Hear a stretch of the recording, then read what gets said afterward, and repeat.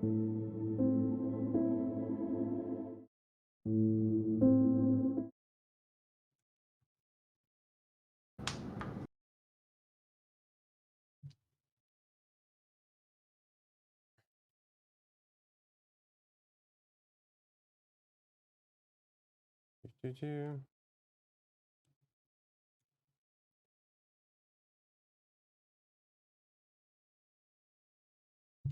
right, so Robosaur. I'm gonna switch this up.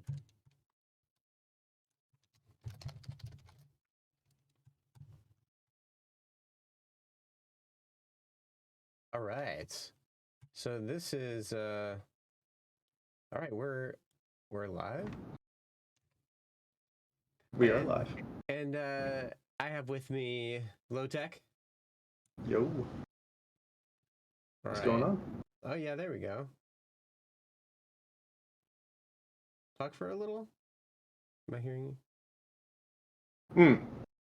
Let's see. Yeah, I think we're good. Talking. Yeah, we're good. I heard myself on the stream. Okay, cool. Sweet. So, in yesterday's episode, we designed this sequence of events for handling Twitch follow alerts. And we went through all the hard effort of actually building a system to handle Twitch follow alerts ourselves. And it was pretty awesome, not gonna lie. So we actually built an Express server in JavaScript, and we built like some UI element and handled transitions and everything. But as it turns out, and I'm sure some of you knew this, we thought that we couldn't get it for free from Streamlabs. We thought you had to pay like the $20 a month to get some of those things from Streamlabs. So we started building it ourselves. It's like, we're not going to pay $20 a month, but you know, some of you might have known. Actually, it is available in Streamlabs under their free tier. So we actually activated that, or actually set up Streamlabs today, and I'm just using that in Streamlabs instead. I do have Streamlabs now. Oh, here we go. So this is what one of those alerts looks like now.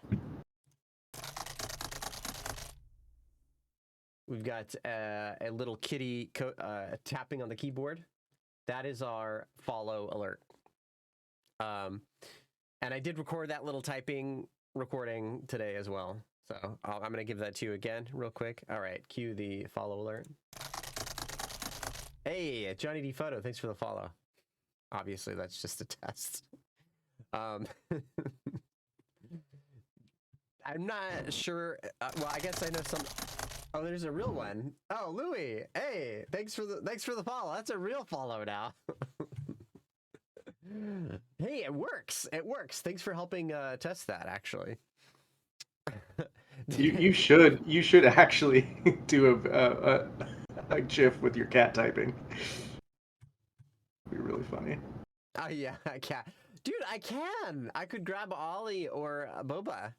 Yeah. I could actually record them typing. That's not a bad idea. So here is the markdown that we used to do some of our planning, and this is the breakdown. And then I finished up the sequence diagram.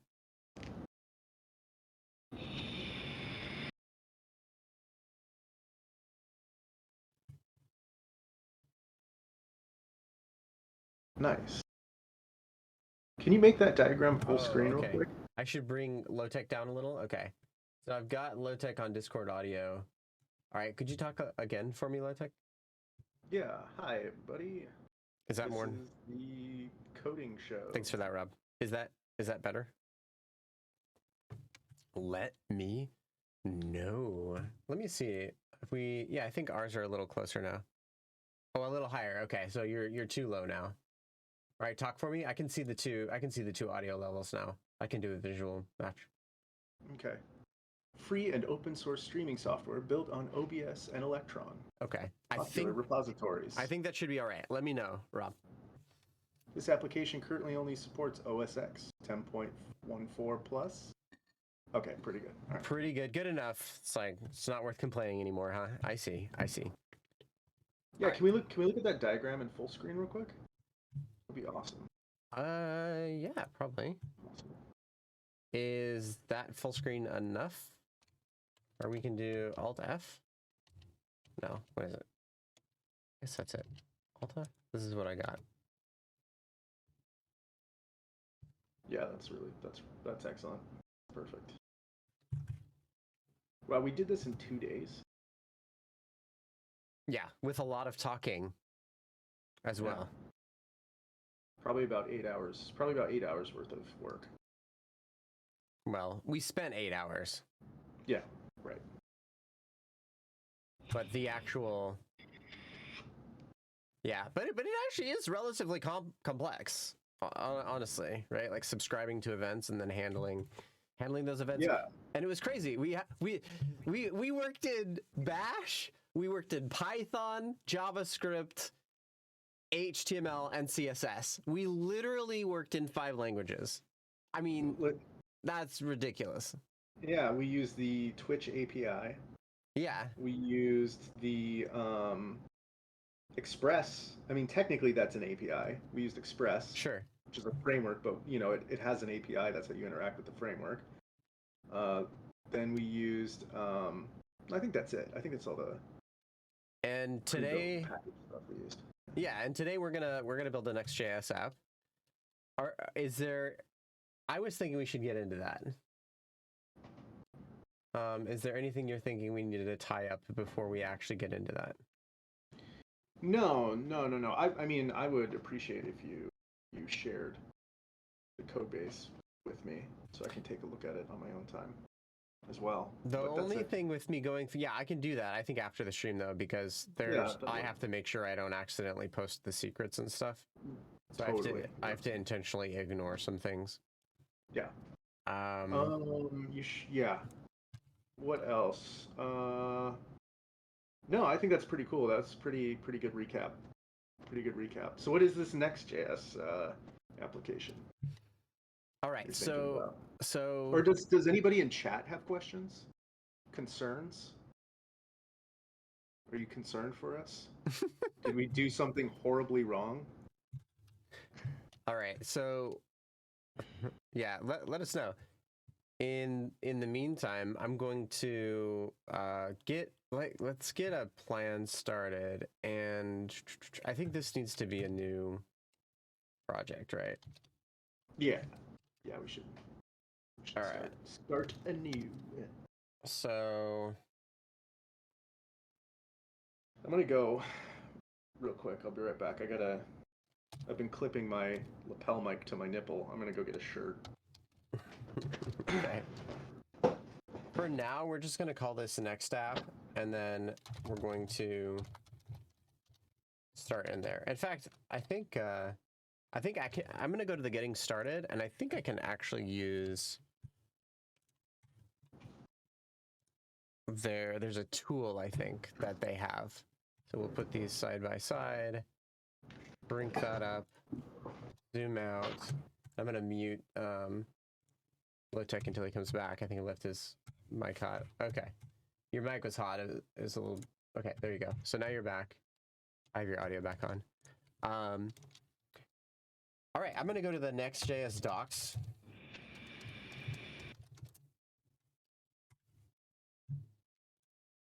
And we probably... I think there's like a getting started kind of... Getting started. Here, let's see. Deploy... Okay, docs. Docs probably getting started. Here we go. So I'm not totally new, but let's see what this Learn course has. Okay, so it's breaking down at a high level what it is. So it might be worthwhile discussing this a little bit. So NextJS is built on React. So it is tightly coupled with React. It uses React as the rendering library. And it adds on top of that specifically server-side rendering, routing, you know, from one web page to another. A decent amount, actually, of extra tooling around React. And turns it into like a full framework with the amount that it adds onto it. What do you mean full framework? What does that mean? Like React is generally considered a library that you import and that you use, whereas in Next.js is considered more of a framework.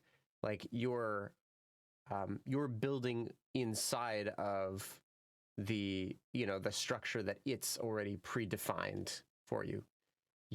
Every time like you add a file, if you add it in a certain directory, it's going to have like the Next.js framework is going to read it and make certain assumptions, etc. Whereas when you're using React, you're importing React, you're invoking React explicitly rather than So React is like a library that handles state, like application state, right? That's more Redux. If you're focusing on state, yeah. So React is more focused on the rendering. The rendering of DOM elements. Yeah. Oh, absolutely. Yeah. Okay. Yeah. And so does Next give you like a server? Does it give you all of that? It kind of gives you the whole stack? Yeah. Yeah, exactly. Okay. It runs server side and client. Well, it serves up a client side app and it runs server side code. But it gives you all the building blocks to build that client side app. Yeah. Yeah. Yeah. Got it. Okay. I understand. So it's kind of like what is the one in Python that we were just making fun of? Django. Django. It's kind of like Django or Ruby on Rails or something like that. Yeah. But this is built using JavaScript. Exactly. Gotcha. Okay. And so we can run a sample app here. So let's do that. npx create next app. So the command we're running is npx, which is going to use this to run a node command. The command we're going to run is create next app. So that basically just executes. It downloads the create next app package and executes it. That's what npx create next app will do. We're going to pass it this argument NextJS blog, which is basically going to name our app, name the directory it'll go in, and then the rest of these are really other specific parameters for the create next app. This last one being the existing repository we're going to copy. Is npx like the package manager for Next.js? npm is the package manager for Node. npx executes Node packages. So it's like without installing a Node package, I can do npx package and it'll just download and run it instead of like installing it. Yeah. Rob, what are we going to use it for? Like, what is the project we're going to do? Is that kind of what you're curious about? Flashbacks to Django. Like, what project are we going to build? Yeah. We're going to build some sort of like what would I call this? A creator dashboard, something like that. Like a, I don't know if I would say broadcaster dashboard, but like a content creator dashboard, something like that. And it's okay that it's a little bit not completely defined yet. Like we don't have like actual diagrams or anything. We're really just gonna barely get into Next.js, just sort of get it started, almost like sandboxing how we did before. Get comfortable enough with kind of how it works fundamentally, and then we're going to go into like actually planning out how exactly we want everything to look. But I don't think we're going to get to that point tonight. We'll basically get to the point where we have something running that works and we can add to it and have a running sandbox essentially. Real quick, while we have a bunch of people here, can you show us how to mark the video when we something we might want to come back to? Alt X. Alt X. Yeah, so I can pull this over. If you hit Alt X, so if something happens and you're like, oh, I'm gonna save that, you can hit Alt X. And who taught us that? I can't remember who taught us that. I think it was Rob. Add Was to it? it and Rob, yeah. Have a running sandbox essentially. You know, Yeah, and now we have this clip here. And then I can add how to create clips. And then I can actually adjust the audio here. I'm not sure if you hear this. can you show us how to Yeah, mark you can the hear that, video right? when we something we might want to come back Oh, to? Alt. Can you show us how to Oh, it sounds like my audio is kind of low as part of the here? problem. Here, let's go back. You know, real quick while we have Yeah, I think a probably bunch of people here. yeah, balance it and then bring it up, bring everything. Can you? Okay, so this is gonna be, what second is that? 107. So 107. So there we Louis go. says the master levels need to go up. Is it low tech's? Is low tech not high enough? So okay, bring that up. La la la. Okay, so I probably so this is probably better for me now, right? I have y'all cranked. Oh, really? Okay. So let's bring us both up then. All right, can you give me a test audio? Node is required for installing NPM packages and for running various scripts. We recommend the latest LTS release. And this is us both talking. As far as I can tell, visually we're roughly the same at the moment. Let me know if we still need to do some tweaking here. Thanks for the feedback. All right, Yeah, I appreciate it. so I don't know how to. Oh, okay, I just saved it. Cool. How to create clips. Okay, excellent. And yeah, Alt X. It's awesome.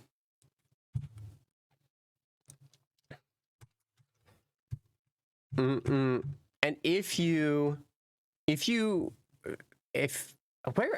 how far are we on the oh my gosh, what is it called? The goal? Oh yeah, it says at the top, right? So we're at 36. So if we get 14 more followers, it is gonna allow me to become an affiliate, which specifically is gonna unlock the Twitch API. So not the API at all, but like specifically channel points. It's just kind of a for fun thing. But Yeah, I mean we want to use channel points to make our game. Yeah. Twitch chat game. Yeah, exactly. So what that would do is it would unlock a lot of capability to gamify the kinds of things that we're doing. So up here, you can see we're at 36 of 50. So 50 is basically the threshold. If it gets more than that, that's great. But at 50, you basically can apply to be an affiliate, and that unlocks actually a lot of features in the API, which means in future projects we can make much more gamified stuff using the Twitch API, which would be awesome. And we really appreciate all of you who have followed this channel so far. It's excellent. It's wonderful. We love you guys. Yeah, so specifically, if I know a lot of you are Hack Reactor. Oh, Madman Seaver. Is that how I say that? Madman Seaver. Thanks for the follow. Much appreciated. Okay, so that means we're one closer. So if there are peeps who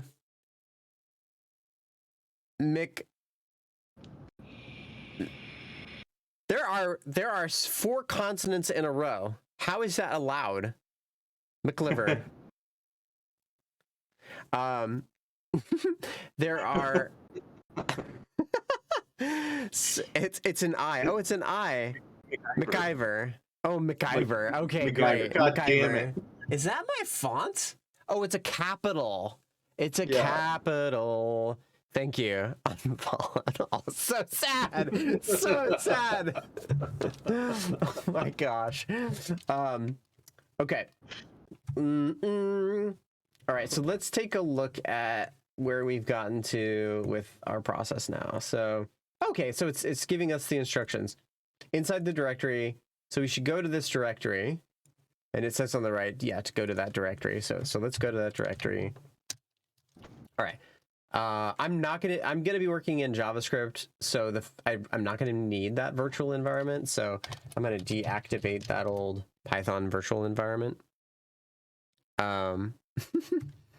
And let's see what the next step in the directions are. Oh yeah, wow, we can already get this running. So since I'm gonna be working in this directory, I'm gonna open up a new project in that subdirectory here. That way, my whole project in VS Code now is just this new project. Here we go. So this is what a new project in like a new node. Well, actually, really specifically, a new Next.js project is going to look like. Specifically, node modules. That's all my JavaScript dependencies. Pages. That's where each web page is going to go. Public is going to be like any resources, like static files that are going to get used on the web page. So yeah, certainly images, icons, What's things up, like that. fella? Hey, welcome. And then package.json is going to have information about the app itself. This is a little bit, part of this is like how you might have a requirements.txt file for a project in Python, because I know a lot of y'all have more experience with Python. Okay, so we'll open up the terminal and we're going to actually get this app running. And now the app is started. So if I simply open this up, there you go. I've got an app running. Pretty slick, not gonna lie. I didn't really build any of it though. So I actually want to start working on this. All right, so this is, if you go through this documentation, it's gonna walk you through, here we go. All right, we want to start editing this. Cool. So we'll open pages in Next.js. And this here is where the app is coming from. And basically we want to play with it. So they're suggesting that we find this text, welcome to, and then we adjust it. Now this is super cool. Y'all who have not done like live rendering and editing of a web page, like this is going to be really cool. So I'm actually I'm going to use the find feature. I'm going to find the text. And then I'm just going to tweak it really quick. So I'm just throwing the word not in there and I'm saving it. And it re-renders that automatically. So check this out. I can just throw some characters in here. No, Save it's it. not true though. It's not true. And it immediately re-renders. Say not. Say it. Okay. Say welcome to not. Next.js. Not. Right? No, So no, this can save me time when I'm developing for sure, because I can make a change and immediately just see it. Yeah, exactly. I get this really quick feedback loop. So this ease, the ease with which we just got to this is one of the reasons I really like Next.js out of the gate. As you work with it more, there's a lot of other things, but just getting started, you already start feeling the benefits of working with it. Back in my day, I had to do this with ClojureScript. No joke. That's how I prototype things with live updates. Closure. What is that? Are we gonna have to go into like what ClojureScript is now? No, we don't. Okay. It's Lisp basically. And then It we're gonna have to go into renders what Lisp is. What Lisp is. No, don't worry about it. I feel like Lisp anything we is talk actually about, a functional programming language. it's like a No. can of worms. All right. Enough. So we have a basic sample app. Do we have any other pages? Okay, so we're just importing head from NextHead. Yeah, exactly. Falling down a rabbit hole. It's easy to do. It There's is. a lot of tech out there. All right. So we're kind of already at the sandbox phase, but let's do. Well, let's see what it's suggesting. Okay, so it is suggesting go to creating pages. Okay, so I like the people who wrote this. They're thinking the same thing I am. It's like, okay, we edited a page. Now are we gonna like create a new page? Yes, we are. We're gonna create. Oh yeah, and it goes into dynamic routing. So this would be the very next thing I would think of as well. So on a website, normally when you click, like if we go to a Django site, so Eventbrite is actually built with Django. So this is built with Django. Yeah. If you look at stack, so I have an extension that's made to be able to see this stuff. Although that extension it causes my computer to run really slowly normally. So I think I actually took it off. So I'm not sure I'm gonna. Wait, I'm not sure it's gonna be super obvious. It causes your computer to run really slowly? Yeah, the extension in the browser. What chance do the rest of us have then? Yeah, I know. I have a ton of RAM. I don't know. It's kind of bogus. But suffice it to say, every time I click on one of these links, oh, this is not loading a new page. Okay, so this is single page application. But many of the links on the website, at least a year ago when I was really looking through this, are in individual web pages. So if I bust this open, when I click on, wow, I've got to go back, right? So when I'm clicking on one of these events, it's actually opening up a whole new web page, right? And this has to load here at the top. And that didn't take a very long time, but like in a way it's kind of a lot. And if you don't have great reception, like it can be even worse. So one of the things that's really nice about this is in Next.js, like the whole website is a single page. So if you look at the top, even though up here, the web page is changing, I'm not like loading a new page, right? You don't see the kind of little loading thing at the top. We're all on the same web page. Well, okay. Well, that's a different page. So I guess some of these are actually different web pages. Next.js I mean, blog. there are times where that would make sense. So these are the same web page. Analytics is the same web page. I think Enterprise I just clicked on. Oh, Enterprise takes you, it does literally take you to a different web page. It takes you to the Vercel web page. So the actual origin is different here. Yeah. Vercel, yeah, okay. But it still uses examples, slugs. yeah. So you can, copy and paste and share a location with your friends. I don't understand that actually. It uses slugs, so you can copy and share a location with friends. What's that? Yeah. Look at the address bar. Here. So click on a new link. There you go. Docs. So we didn't actually load a new page. We just changed the data that's being rendered, right? Oh, you mean the fact that this path is different? Yeah, it's called a slug. Okay. When you say it's called a slug, how would I learn more about that being a slug?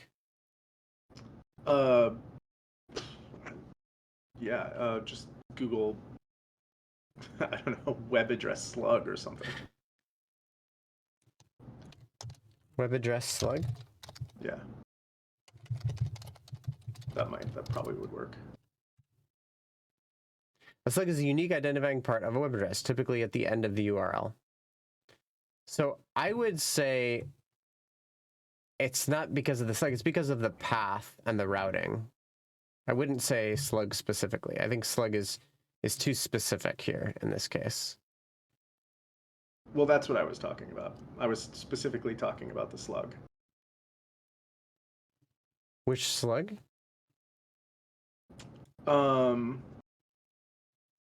That you still have a unique identifying. How about this? Because in Next.js, the way it's described is path. Like when you actually write the code, it's path and routing. Would you be all right if we use the terms like path to describe this entire path? I mean, I'm not opposing using the term path where what we're talking about is the path, right? Yeah, I'm just making sure that we're talking about the same thing. Okay. So Okay, let's what I put was this talking puppy about back. before was the slug changing. If you want to talk about paths, we can talk about paths. I'm just making sure I understand what is the what is the slug different from the path here? So the slug is like docs. The slug is getting started. Yeah. Okay. So click on another link. That falls under docs. Like, does docs have another? Docs getting started. Yeah, getting started would be a slug. Yeah.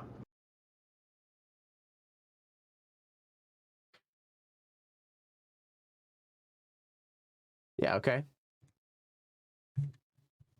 But yeah, I get what you're saying. You want to talk about the path and routing internally to Next.js. Like, how does Next.js do that? How does Next.js produce a unique slug when it's not loading a new page, right? I would really prefer we don't talk about it as slugs because that's not it's not language that's really used in the development of the app in the like the docs and everything. I don't think so. You mean in the look this part slug. What part? So the slug would be like, in this case, the name of some post, I guess. The name of a post would be a slug. That makes sense to me. It's just the unique identifying end of a URL. Yes. URL. Yeah, it's yeah, nothing more than totally. that. It's really a general thing. It's like every modern web framework is going to have some way to produce a unique slug because most modern frameworks I think use... true. We're talking about what is going on here, by the way. Look at this. This is insane. Isn't this crazy? What is happening here? What is going on?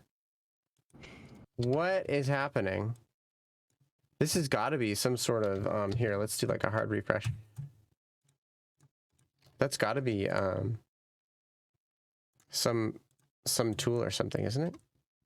It looked like something. Oh my gosh. Yeah, okay. So cool. So let's leave slugs as like that last unique identifier.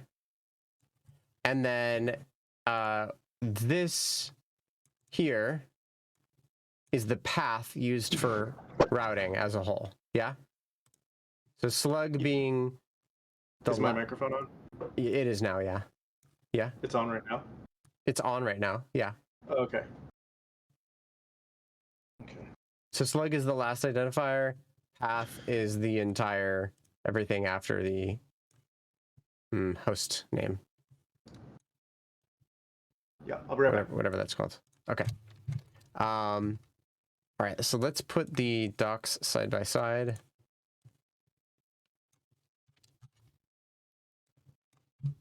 And we're going to add a page.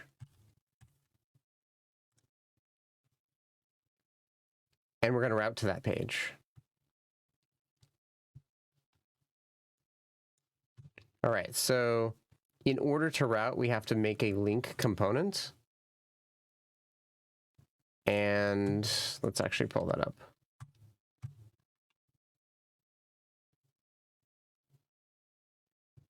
Link component client side transitions between routes can be enabled with a link component. Okay, so basically we want another page. So we have a home page. We want something else, like about or something. Yeah, it's going to walk us through something. Okay, you can download this. Okay. All right, so this is navigating between pages. Oh, interesting. So here we're going to actually use, like what Lotech was talking about, a slug here to find a specific post. Oh, that's awesome. Okay. We already have the pages index.js. Pages index, yes we do. Let's create pages posts first post. Okay. So that means we're going to create posts / first post. There we go. All right. Done. Cool. And then we're going to use this sample code. And we have to export this as default. So export default function. So the export is making this available in other files. We have to write export before we define it so that it's available to other files. So other files can import it. Default affects how we import it. It sort of makes it slightly more automatically imported rather than us having to say import first post. We can just import the file and it assumes what we want is first post. We can see the syntax later. First post is the name of the function, and then here's the body of the function in here. Oops.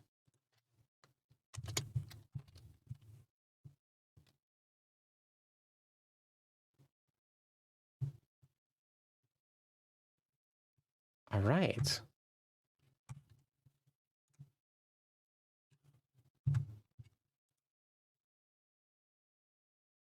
Okay, so we're running the server. If we go and check out what we have rendering, what does that look like?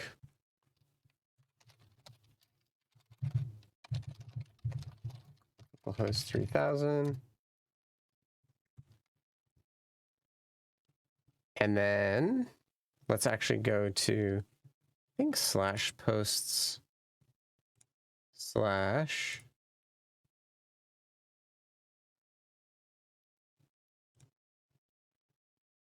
oh, here we go. They give us a link. How kind. Cool.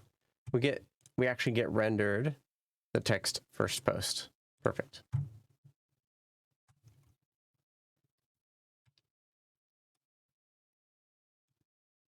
So this is similar to building websites with HTML, but we're writing JSX. So instead of writing HTML, we're writing JSX, which is really similar. Wow, it actually tests you, I realize. If you wanted to add a new route, what would the file name be, including the directory? If you wanted to add the route /authors/me, what would the file name be? /authors, so pages authors me.js. That's right. Sweet. Okay. All right, here we go. Now we're going to get now we're actually going to create a link between the two. So we have to import a link at the top from NextJS. This is something that lets us actually do the linking, which is provided by NextJS.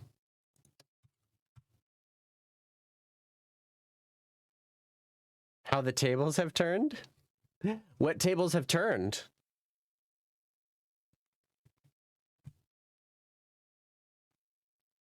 And find the H1 tag. Oh, in here, in the index, I think. So learn, let's find that H1 tag. Here we go. Change it to, from an ahref to link. So we're actually importing this in here. Yeah, me answering quiz questions. I was sweating there for a second. Oh my goodness. I'll tell you what.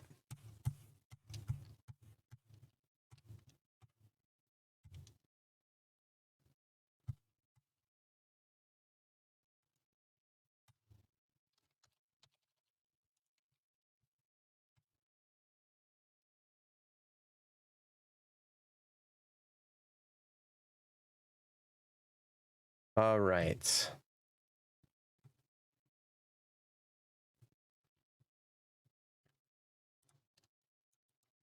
Okay, I'm back. Welcome back. What did I miss? We imported link, and we made a page to link to. Okay. So not a lot, not a lot, but we're about to actually link these two files. So it's saying we should go find this, and I love just like copying part and then pasting it to find it. Oh no, it's not an exact match. Oh well.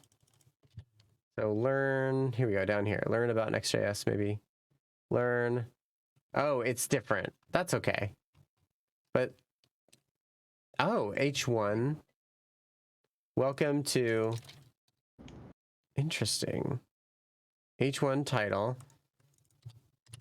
We're going to do it on this one. And change it to, oh, I see. Okay, so change this to that. So change the title. Yeah. To this. And so we primarily I need to do one more. There we go. And reduce that by 1. Okay.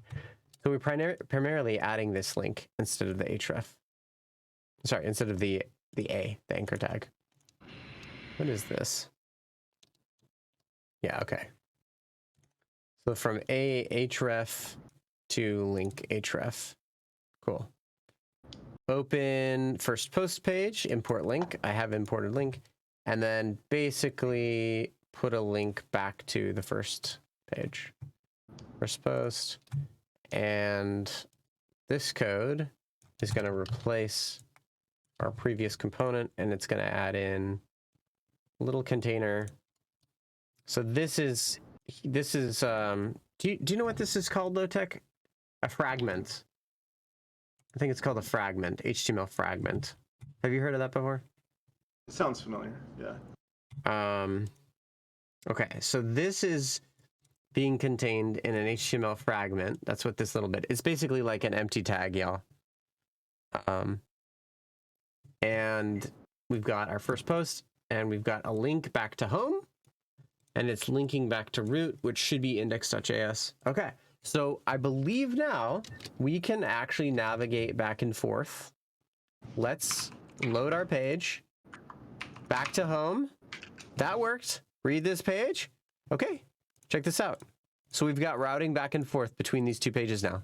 And it's like instantaneous loading. Really fast. All right, let's head back.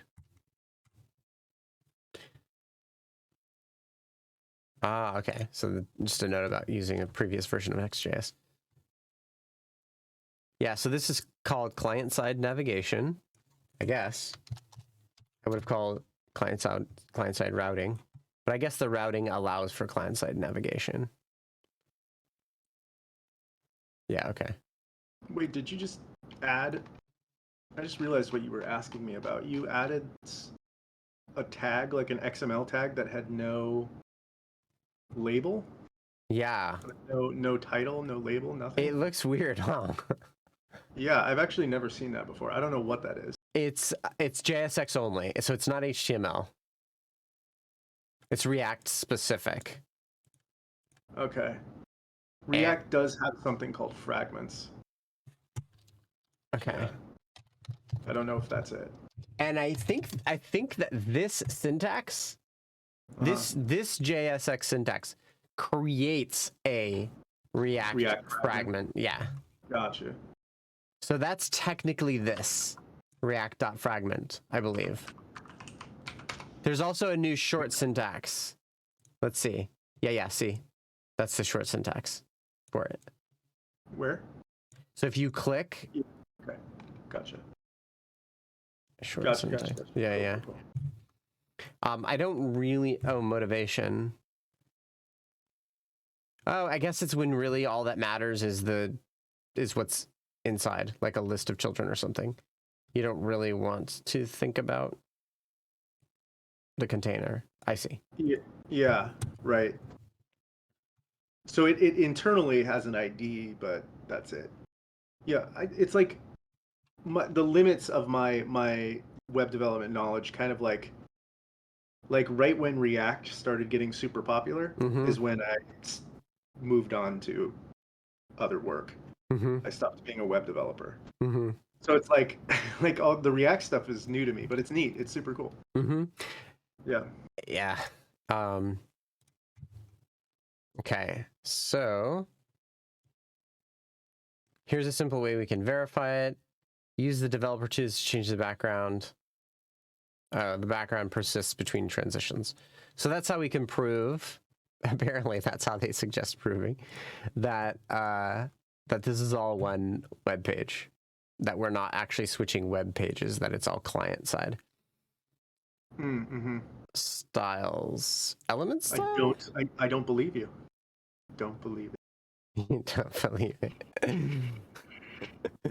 Body. Here, look at body. So they say background color, and then we'll just do blue.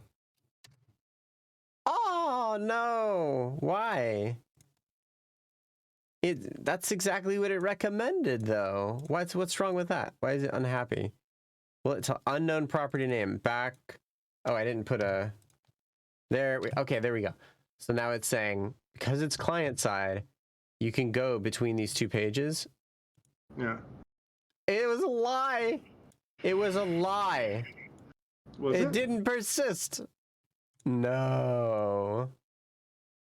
Why didn't it persist? Okay. What? Use the browser developer tools. Supposed to persist the background color? Of HTML, not body. Sorry. So background of HTML to yellow. Okay, fine. Fine. I didn't do it right. Fine. Fine. The background not of body, but of HTML. Element style. Background color yellow. Okay. So the whole thing is yellow. So the body, I guess, is getting recreated, but presumably the HTML is not. It should. Okay. Okay. There we go. All right. I won't It's the root node. I won't call the devs a liar anymore. All right. Fine. Fine. You've proven to me it's the same web page. I've done your little magic trick or whatever. Sorry. Just hit the mic there.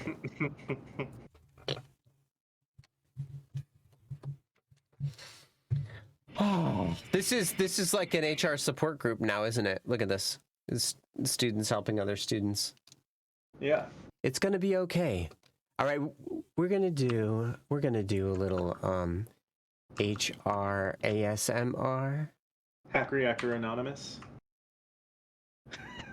So just relax. We'll do some rain sounds, some tapping.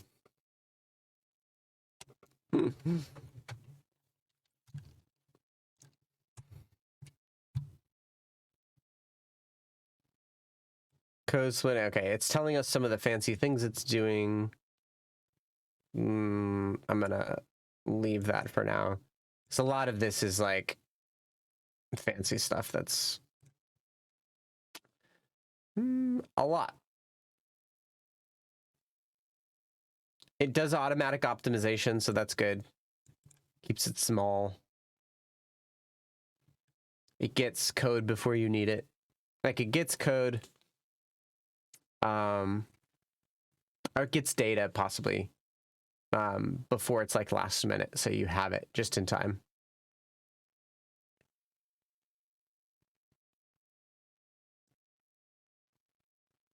And if you need an external page, you would just use an A. Okay.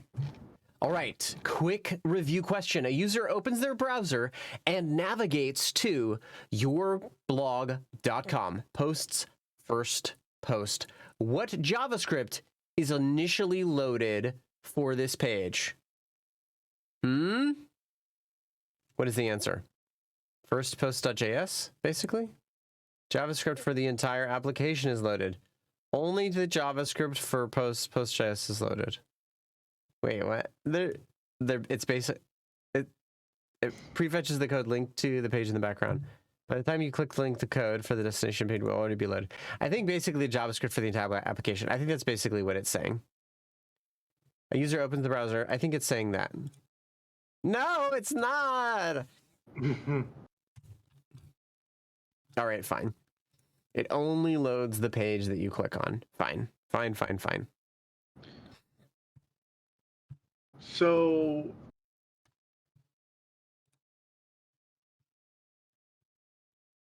does it inject like does it inject like a JavaScript code that is only related to that page? Like what is the process for that loading? That may not be that important right now, but I am curious about it. The way that this is phrased, let's read it slowly. A user opens their browser and navigates to... Okay, so this URL. What JavaScript is initially loaded for this page? Only the JavaScript. Okay, I guess I understand what they're saying. They're talking about the optimization of the code. So let's say it's 5 megabytes for your whole app. Mm-hmm. Hey, SharpTack is now following. Thanks for the follow. We're only 12 followers away from being able to use like channel points and stuff like that. And then we can play with that API, which would be fun. So what it's basically talking about is it's talking about optimizing when you load the website. It doesn't have to load all 5 megabytes of JavaScript. It only needs to load the JavaScript for that page, which is maybe a half a megabyte or whatever. I mean, it's probably less. So that's what it's talking about. Yeah. That's what it's talking about, I guess, is the optimizing. It's the splitting. Code splitting is what it's called here. It's interesting that they're choosing to tell us about tell us this story right now.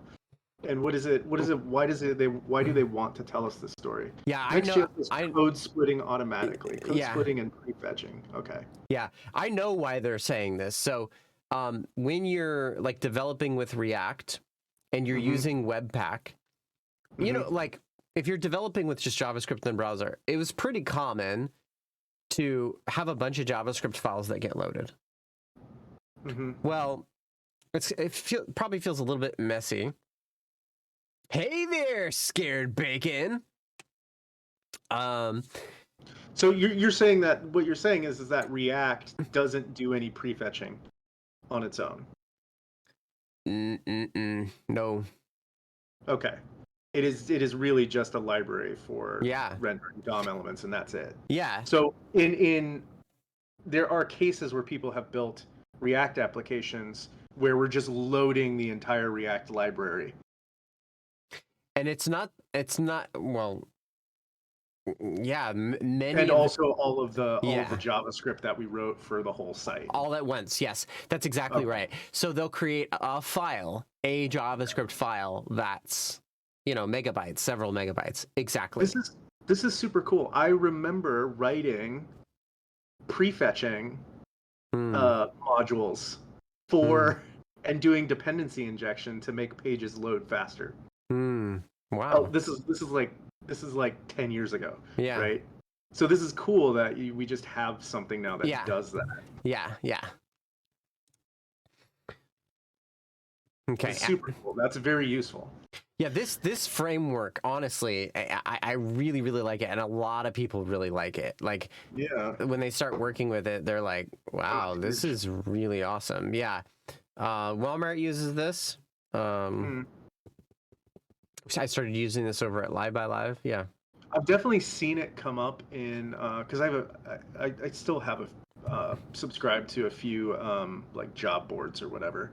And I do see Next.js come up on those boards every now and then, or more than every now and then, like regularly. Yeah. Next.js comes up as a desired skill or a desired. Twitch uses Next.js. Yeah. Oh, it does. Oh, cool. I didn't even realize that. How do you know that? He's trying to get a job at Twitch, man.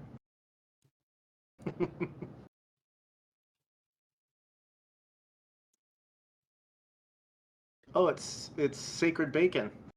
Sacred Bacon's back. It's scared bacon. Oh, scared bacon. Scared bacon. Although sacred bacon does sound fun. I just like saying sacred bacon. It's got a sacred bacon. It's got a cool rhythm to it. But it is scared bacon. Sorry, scared bacon. I'll get it right next time, I promise. All right, so CSS and Sass. Okay, so you could do CSS or Sass. I don't know Sass, actually. How to add static file. Okay, so the next lesson we could do is static files, how to customize what goes inside the head. Right now, I'm starting to think about weighing actually building what we're going to build and getting into that, or doing a little bit more with this. All right. One, I can't do polls yet. So if I'm an affiliate, I could do polls and I could like start a poll right now, but we can't do polls. So one in chat, if you want to take a look at the next, like how to add static files and sort of do the next step in this little tutorial, or two, if you want to go and like, let's design what we want this thing to look like. Make a follow bot. What is a follow bot? What is a follow bot? Is that actually a thing? A Twitch follow bot? So what was one in the chat if you want to continue with the tutorial, two in the chat if you want to start discussing what we're going to make.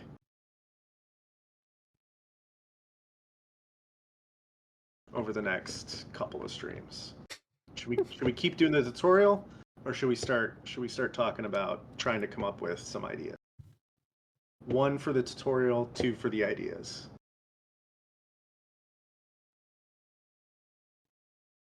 Yeah, and then I'm gonna get banned. Yeah, okay, so two. Yeah, okay, cool. So let's actually design this thing.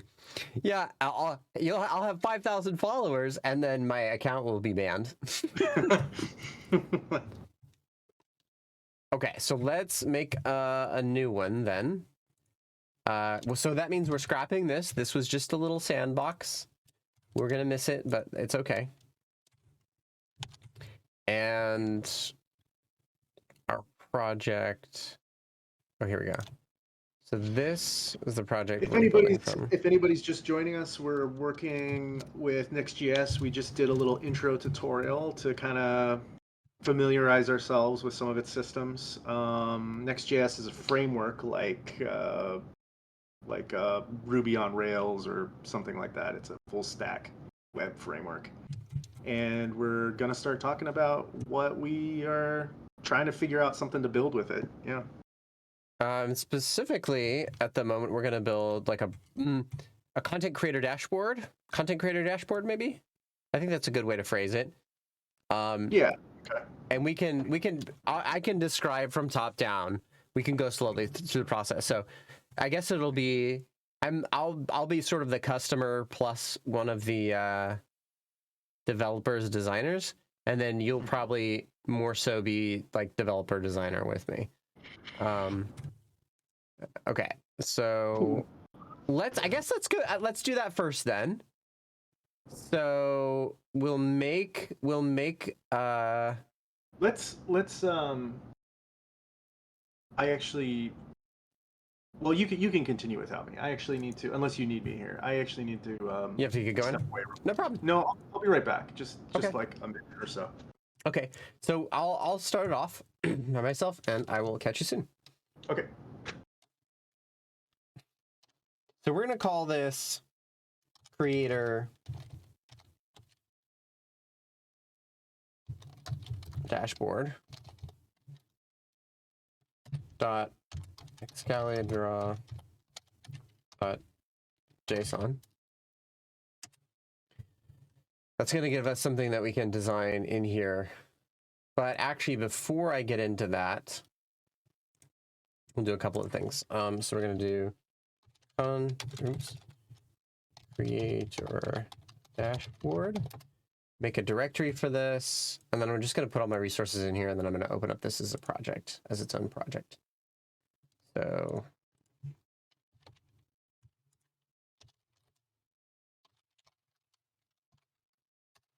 all right. So here's my project. Shrink that down now. And let's do some planning here.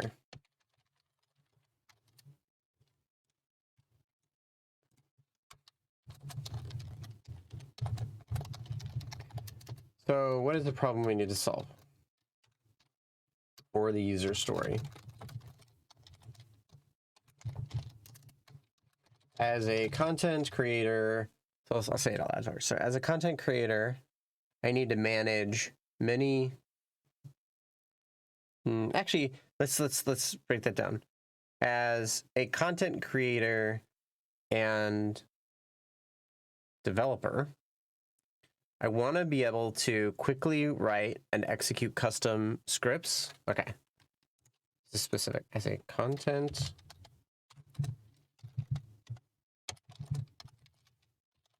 and software engineer, I want to be able to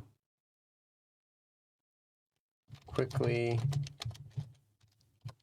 prototype new scripts and workflows so that I can quickly iterate on my ideas. There you go. Boom. All right, that's what I want. Acceptance criteria. I can create a new script from a template. I don't know about that. I don't know about that. Copilot. I'm not even really big on acceptance criteria. But maybe. What are the things that I really want to be able to do? I want to be able to access the API of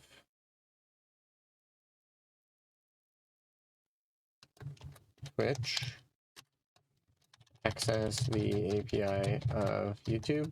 We'll leave it at those two for now. What do I want to be able to do? I want to be able to connect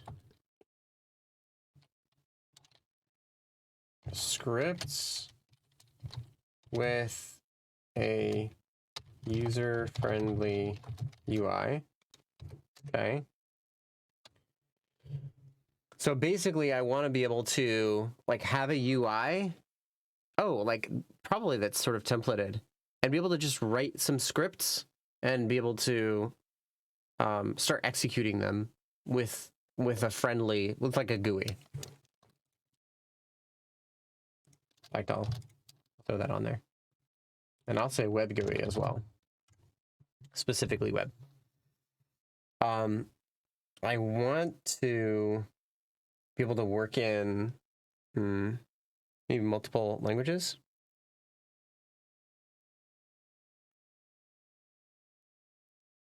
Oh, hey Breezy. Hey dude, I'm 17 years old and I'm a senior year and I really loved computers and shit all my life, and I started to learn JavaScript for the first time ever. Yeah, Hey, Breezy. Welcome, Breezy. Welcome in. You have any tips on how to get a job and what route to take? So I'm going to ask you a couple of questions. Have you already thought about doing something like First a of all, boot camp? First of all, follow this channel. Yeah, if you follow the channel, it'll help us unlock some API stuff we could use. That'd be a good start. appreciated. We talk about the kind of skills that you need to get a job as a web developer if you're interested in web development. But there's lots of routes that you can take. Hey, in the tech world, you know. Yeah. Yeah, and nice. have you already considered doing a boot camp? Have you, like, tell me a little bit more about what you've considered. Patenting. Hey there. Why the tears? What I would suggest is, if you have time, you're a senior. What I would suggest is you go. This is low tech, by the way. is that you take maybe like an intro to web development class at your local or maybe even some sort of coding class, some computer science class at your local community college, and see how it feels. See if you like it. Try to get a feel for um, the education side, the education side of it. And then if you want to take the time to do a computer science degree, you're already there, you can keep going.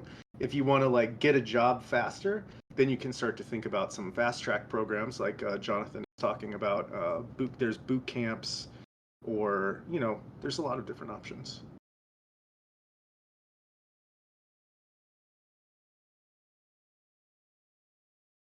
You want a good job that has good pay. We all do, Breezy OT. We all do. Yeah, something like that. Something like that. Totally. And that will actually, if you do decide to go to a boot camp, or if you decide to stay in community college, that will prepare you for either one. Because if you're a senior right now and you have a little bit of time to dedicate to taking a class, and you decide to do a boot camp, you'll be better prepared. Yeah, that's probably not a bad idea. Is if you're not sure exactly what you're gonna do, and you can do something like you've got something like a class, you can kind of be held accountable in a good way, right? Like someone's expecting you to get some code done and everything. That's a good thing. That's probably a really great way to start as like a next step. Yeah, and that's okay. You don't know what you want to get into yet. I think it's totally fine to start learning how to code before you really know where you want to go, because the basics of learning how to code, they're totally applicable across the board. So you take one Python class. Python is a great language to start with. It's actually one of the best, in my opinion. I don't know. What do you think, Johnny? Yeah, I think it's a great, and especially if you're in a classroom environment, I think it's great. If you're on your own Python is good. It's abstracted from what the computer's doing a bit. So that's the only thing that does come up, is it itself as a language doesn't make it. It doesn't require you to understand how the computer's working, but it makes it easier to use. So I think as far as like a first language to like have a good experience, like coding stuff, that plus a visual coding language like Scratch or Snap are great places to start. Absolutely. Yeah. So if you have time to take that coding class while you're still in high school, that Python class, I think that's a really good option just to get started, just to get a feel. The stuff you learn in Python is transferable to a bunch of different languages and a bunch of different field tech. So yeah, that's probably a really good opportunity. I just realized, I feel like I should put the chat on the overlay. I feel like I should overlay chat when there's new messages. That'd be kind of cool. That's a lot of people do that. It can kind of like crowd the screen, but I don't know. Only have it visible when a new message comes in? Oh. Can you do that? Yeah, I'm pretty sure. Yeah. I'm on Streamlabs right now. Here, I'll let you all see this. I'm not gonna take too long on this, but I think I could do it relatively quickly. You can't go to community college at the same time as high school. No. Jonathan, Johnny and I know each other from high school, and I swear didn't we do classes? Yeah, while we were in high school? Yeah, we did. I think you can, Breezy. I think you can if you have the time. Like, I think you totally can. What state do you live in? I mean, I don't know if there's some stuff. Well, he doesn't have to put that in chat, but I would just double check. Just double check and make sure that Code Academy is also a really good website, by the way. I just realized some people were recommending that. Yeah. That is actually a really good way to. You're Canadian. Oh yeah, I have no idea. I have no idea how it is in Canada. Yeah, Breezy, Code Academy. I'll paste the link, you guys. I'll paste the link in there. Code Academy. I used that when that first came out. I checked it. It's pretty good stuff.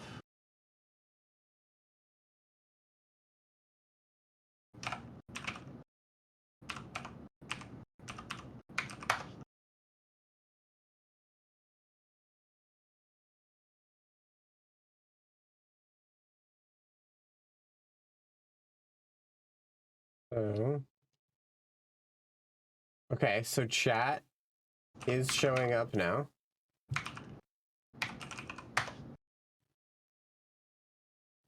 Oh, wait, why is the bottom? Oh, wait, that's the example. Okay. So we will set this aside for now. And chat does show up and it disappears. That's interesting. So like the default setting for chat might be good. Maybe put it over your, can you move it so that it's over your video feed? Oh, over top of me? Yeah. Well, it's kind of bigger than that. Here, let's see though. We can adjust it as we go. I think they said they were working on JavaScript, right? Yes. Yeah, And this oh, cool. free code camp, yeah. Code Academy, I just have had lots of people have had that I've recommended had a good getting their feet wet. Kind of like for a bit. BRB. Okay, see you, Rob. Or yeah. You can make it smaller, right? I won't be able to read it though. It looks, well. Oh, right. I gotcha. Understand.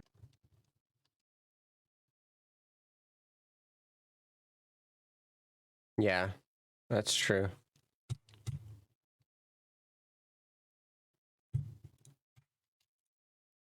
Okay, so I want to be able to access the Twitch API, YouTube API, connect strips with user-friendly web GUI, like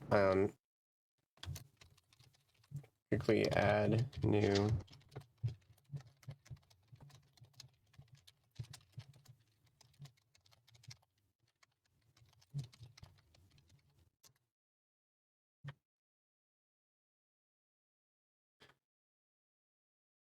Yeah, full stack stuff. You're gonna want to learn JavaScript, Python. That's pretty much the industry. Two of the biggest languages in the industry. Definitely JavaScript.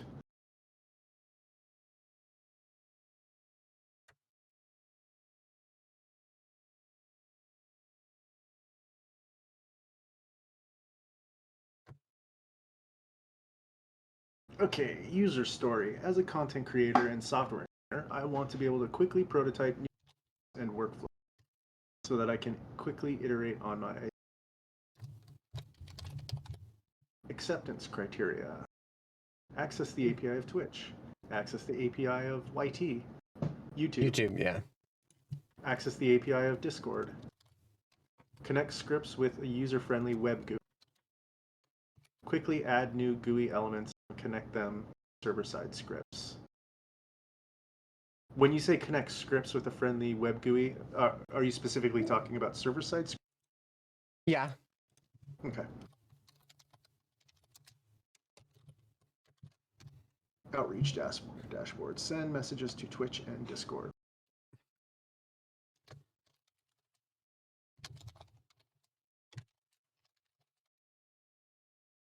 Okay. Yeah, I understand.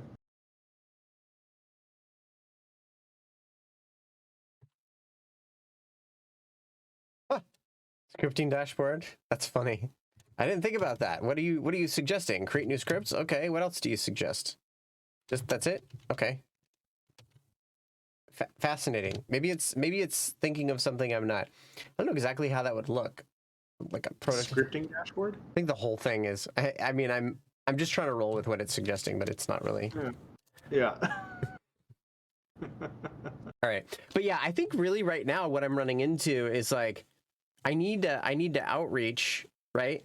And I want to be efficient about it. So like one of the things is oh yeah, track who I've like sent message to, like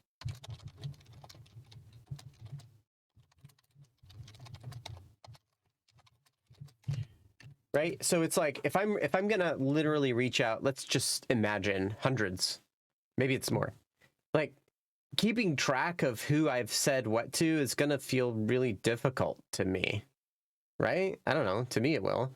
Yeah, it sounds like you want to build a unified message inbox for Twitch, Discord, and, well, not YouTube, because YouTube doesn't have that function. Right, but maybe like, you know, Gmail. Jonathan, do you know C#? Not really. Why? But I mean, I don't doubt that I can work in it in some small capacity. Why? The Palarar was asking. I also have not really used it. Oh, I see. It's like it is like the primary language for Unity. I Yeah, believe. yeah. Yeah. Is that why you were wondering, Palara? We could like build something in Unity someday. I'm definitely interested in doing that. I have a decent amount of Unity assets. I don't really know, you know, if some of them are directly applicable, but I'm trying to get people off of Unity and using Go. Right. Unity is circling the drain. Yeah, I heard that as well. Godot also has a C# implementation. C# is like Microsoft's branded scripting language, right? It's supposed to be pretty close to like C++ as a scripting language or something. It kind of looks like, the times that I've seen it, it kind of looks like Java.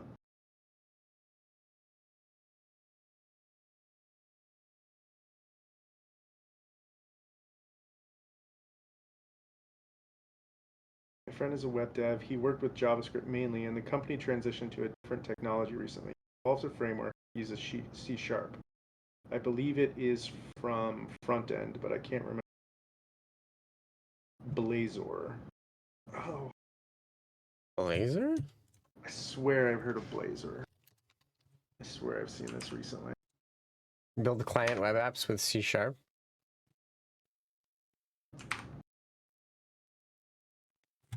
Does it I wonder if it like outputs to JavaScript or something. Oh, it most certainly does. C# doesn't run in the browser.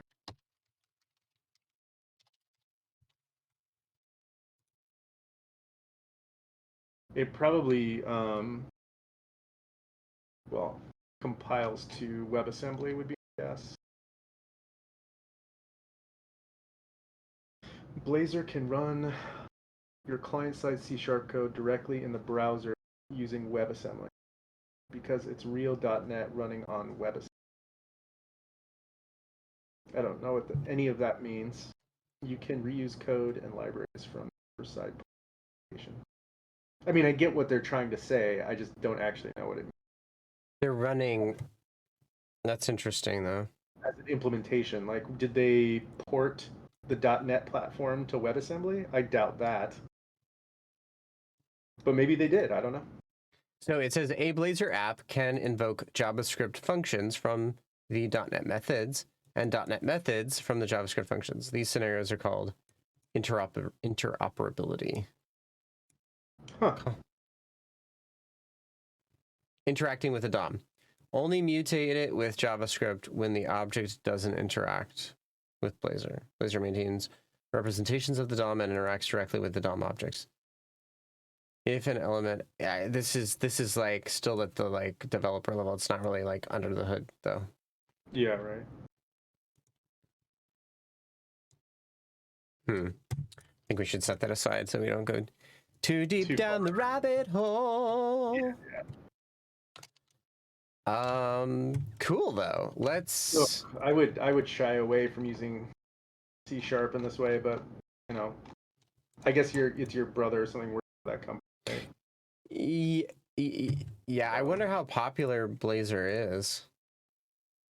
I think that happens a lot when you have, like, if you have a company with, like, I don't even know how many developers, but let's imagine, like, primarily what your company does is you make a, like, Unity game, right? Like you've got 6 or 8 developers or something. Like, you make a Unity game and you're like, we also need to have a website that has a lot of functionality. Like, we all know C#, let's use Blazor. Like, that's a great idea. Yeah. Like, that makes sense. But if you have a company and you're like, all right, we're going to have a single page application and we're going to hire some people to build that and whatever, you're probably going to do that in, like, NextJS these days. No joke. You're like, it would be really weird to hire some people to build you a website and to like have them build it in Blaze, I think, because it just seems like it's probably a smaller set of the market. It most definitely is. I mean, smaller than Next.js, I don't know. Smaller than all JavaScript related. Not Blaze.com. Contract work. Okay. Well, that makes sense because, yeah, the government uses primarily .NET for everything. Yeah. Yeah. Yeah, but private sector work, you're going to be working in a JavaScript framework. 9 times out of 10. If it's web, yeah, if it's web, probably. Yeah, I mean specifically,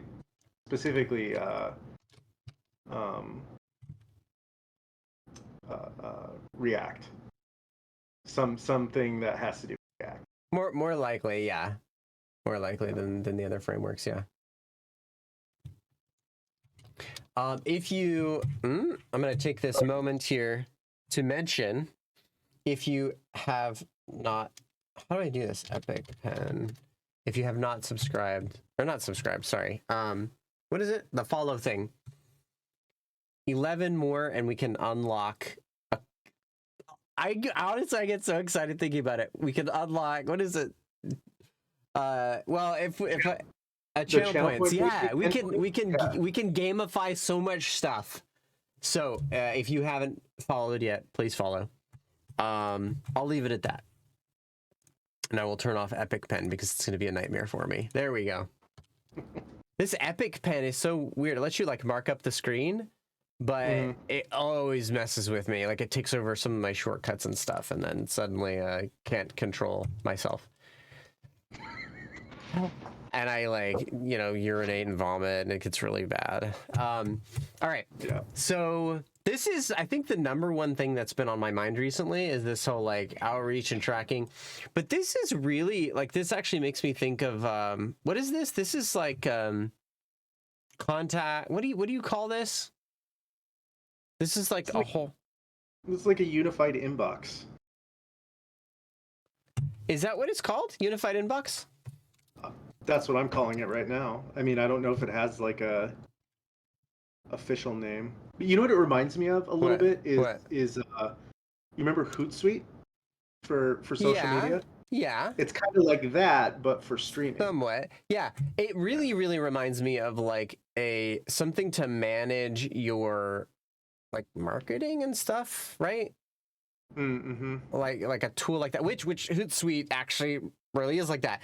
Hootsuite, I think, is organized around posting to sites, right? Not individual. Did you know? Maybe it does actually. Let's look at Hootsuite regardless, because maybe for like Salesforce, but for streaming.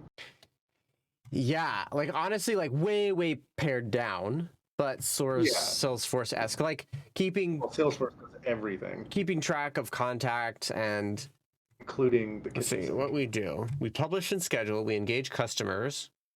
Okay, so manage incoming messages from multiple social channels. Oh, dude. Okay, honestly, this sounds like the kind of thing we're talking about. I'm not saying that we But this might give us vocabulary. So one of the good things that I like about doing research like this is we get some vocabulary. So why don't we steal some of this vocabulary? So publish, we want to be able to publish and schedule posts. That's true, actually. So we want to publish and schedule posts to social media. Yeah. Plan your posts with ease. I don't need to grab that. Engage customers. I want to be able to manage incoming messages from multiple social channels. Where is it? Okay. Manage multiple messages. Oh my gosh. Okay. This is hard to copy paste here, actually. So manage. Keep track of the response to my post. Oh my gosh. Keep track of engagement. You know, we're going to make that like a sub bullet here. So this would be like keep track of engagement on posts. Oh my gosh, that's crazy, but okay. Monitor activity, stay informed about market trends and competitors. I'm gonna set that aside. Promote your organic content and manage paid ads. Promote your organic content. We're not worried about that right now. Yeah, I'll set that aside, yeah. Analyze results, measure your results. Maybe. Honestly, I'm not worried about that right now. Okay. You really, what you really want is like the unified inbox portion of what Hootsuite does. Hey, Frank J on 3S. Thank you so much for following. We are now at 40 of 50 followers. We are just 10 away from who knows what we're 10 away from. Come on, I'm just saying this because I don't know. I'm sorry I've said it so many times. But the channel points API, we're 10 away. Thank you. From getting to play with channel points. Yeah. So if we do get to 50 in 2 days, I'll have streamed for 7 days in a row. In fact, I'm going to show you the screen. Does anyone else think this is cool? I hope I'm not like the only one here who is excited about this. I mean, they're following us. If they don't think it's cool, it's on them. Yeah, I did. I recorded some typing today. So creator dashboard, create or dashboard. Oh yeah, I can load this in front of y'all. This is not secret. Okay. So on Twitch, there's like a, dashboard. I gotta get to it. It's over here. So if I open up my dashboard, creator dashboard. Ooh, that was kind of loud. Sorry. This. So I just need to stream 2 more days, and I think today will count as one. I can't remember. Maybe it won't. And then, why does it say 32 followers? I thought, it's kind of behind, I think. Maybe I need to like hard refresh this or something. It says 32, but I think after the stream it'll update. I don't really know how it works, but we're so close. So I need to stream 1 or 2 more days. I got to figure it out. And then I think we're really at 40. So 10 more people, and then we can mess with this API. All right. So I'm gonna apply for affiliate as soon as it's unlocked, because honestly, really I'm just trying to get to that API. Okay. So this is managing income messages from multiple social channels. Gotta get Boba to meow for the subscribe. Oh, that's not a bad idea, actually. That's not a bad idea at all. I can get like a little GIF of him, meow, and use the audio from it. That's a cool idea. Oh my gosh, yeah. That could be fun stuff. If you get a little cat meow. Yeah. The audio, that would be great. Oh, who was that? Thank you so much, Blunt Mage. Thank you so much for following. Now we're only 9 away from unlocking the Twitch channel points API. We're gonna get there. Could you imagine if we got there tonight? If y'all want to make that happen, just message some of your people from Hack Reactor, send them this link, and get them in here. Oh, look at this. This is called is this promote? Promote. I think this is a thing. I'm saying I'm doing it wrong. Wait, no, it is. It is a slash command. Shout out? Maybe it's shout out? I'll try one more. Shout out.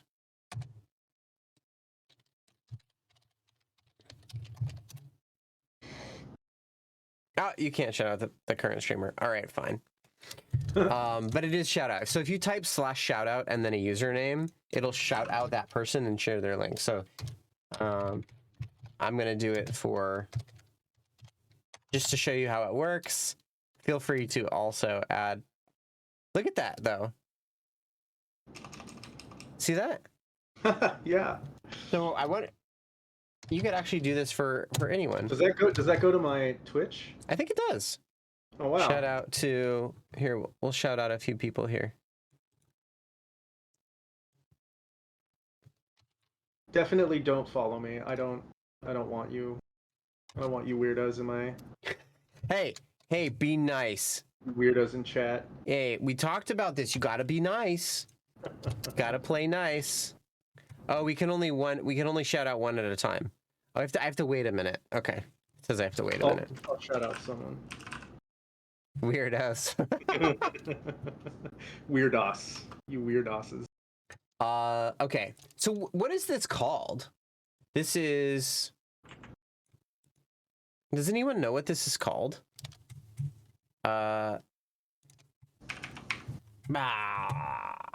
Lead management. I don't know. It feels weird, but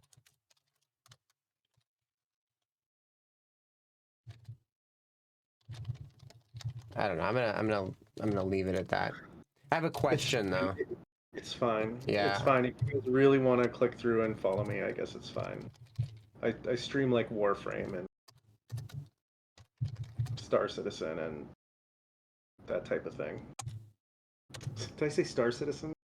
I meant No Man's Sky. Star Citizen.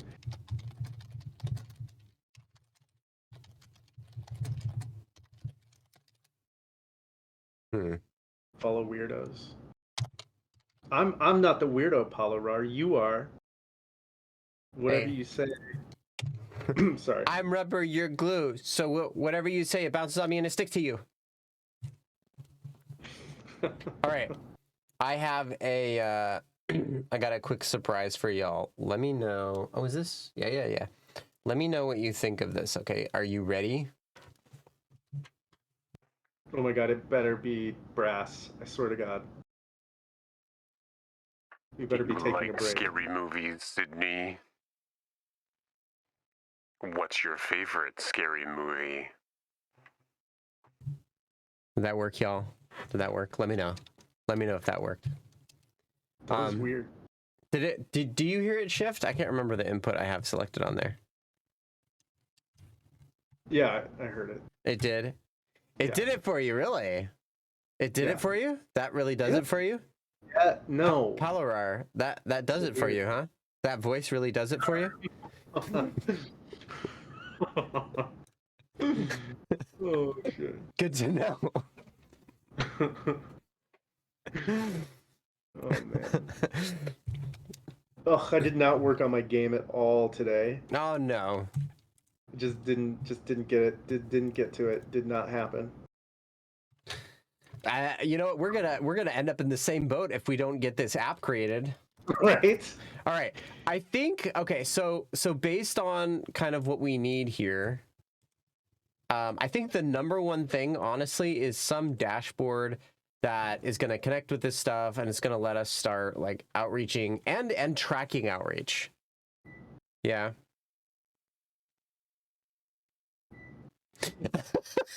All right. Oh my god. It's very forward. I might have to time him out. Just kidding. Oh yeah, you bet.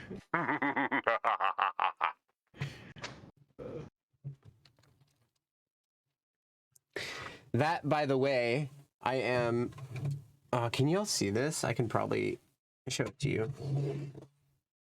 So I actually went to school for film production, and I did some like on-campus TV production and stuff. So I'm very interested in like sort of live production and everything. I just haven't done it for a while. But I was trying to like automate some things and not buy a Stream Deck.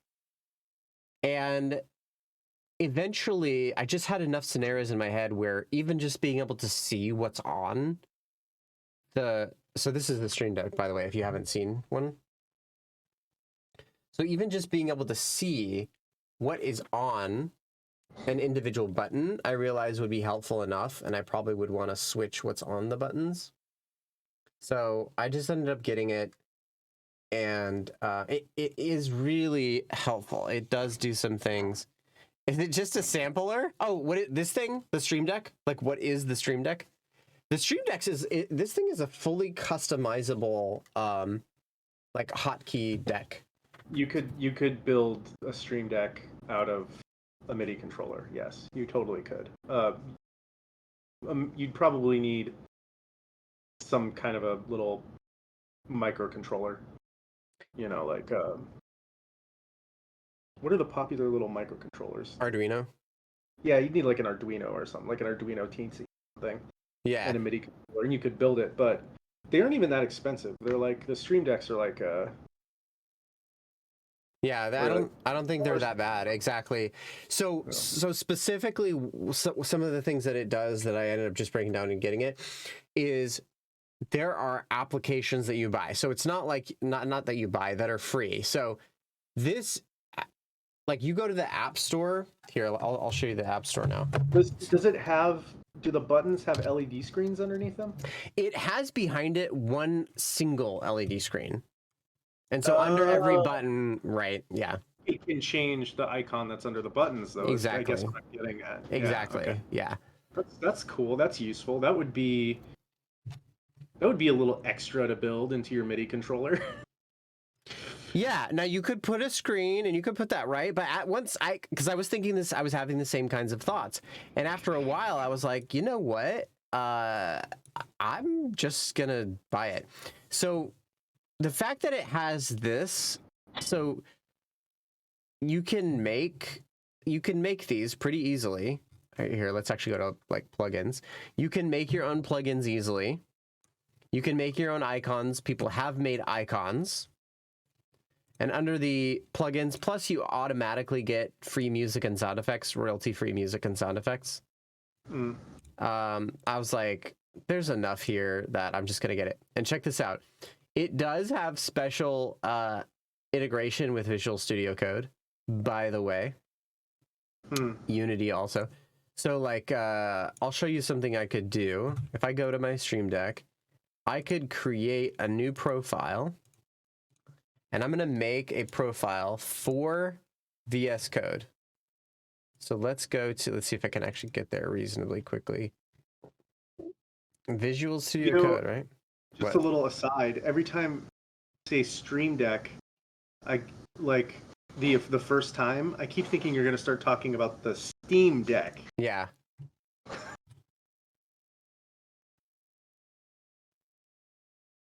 Yeah, Rob, you missed it. Sorry, buddy. Missed what? I'm sure he'll do it again. Do what? The voices. Oh, yeah. The realm of the geek. So right now, we are in the middle of a quick like explanation of what you can do with a Stream Deck. So I was just mentioning that you can actually set this up for make it application specific. Like I can make a profile for VS Code. I don't have it set for the application. This just means it'll switch to the profile automatically when I open VS Code, but I can't find the app right now. So this profile I can set, and now when I go here, I can go to this profile and I can actually set up some stuff specifically for VS Code. So VS Code. Here we go, Visual Studio Code.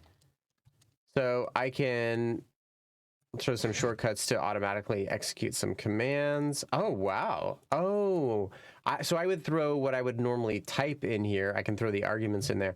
So basically anything that I would have in the drop down here. In fact, I could give this a check real quick. So insert emoji. So I'm going to make a shortcut to open up the insert emojis. Okay, emoji. Insert emoji. And I just typed that out so I can execute this command. Now, command ID. Okay, so I believe that'll work. Emoji. Okay, so if I go to VS Code, does this work? Maybe not. I'm gonna leave it at that. I haven't actually done this too much, but you can use snippets, open folders. It doesn't seem to be that. Honestly, I guess if you can custom make the commands, that's pretty cool, but I haven't really done that yet. I'm gonna go back to my streaming one for now. Voice mod is what I had. But yeah, that's the Stream Deck. That's some of the stuff you can do with the Stream Deck.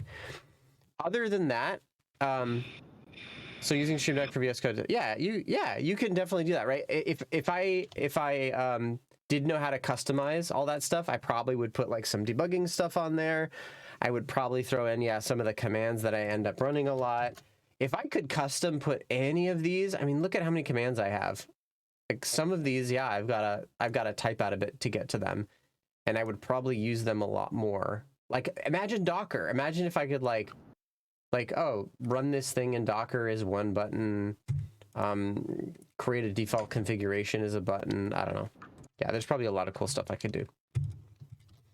In terms of the app we're building, we're about to build a NextJS app. We just played around with the sort of the getting started guide, and I think we have enough now to guide what we're gonna design here.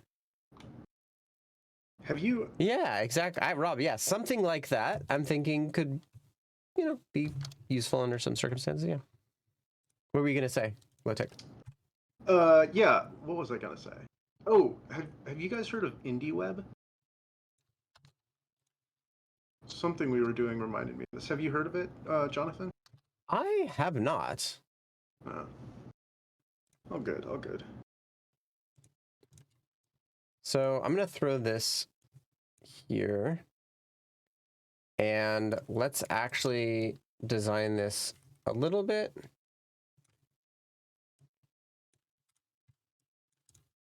So we want kind of our little website doohickey, We probably want some sort of basic header.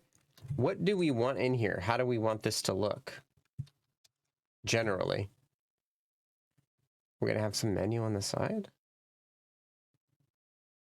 What panel are we gonna have? Some list of things. Maybe there's one page we start with. People. Like everyone. Okay, so this would be good. Everyone that has everyone that.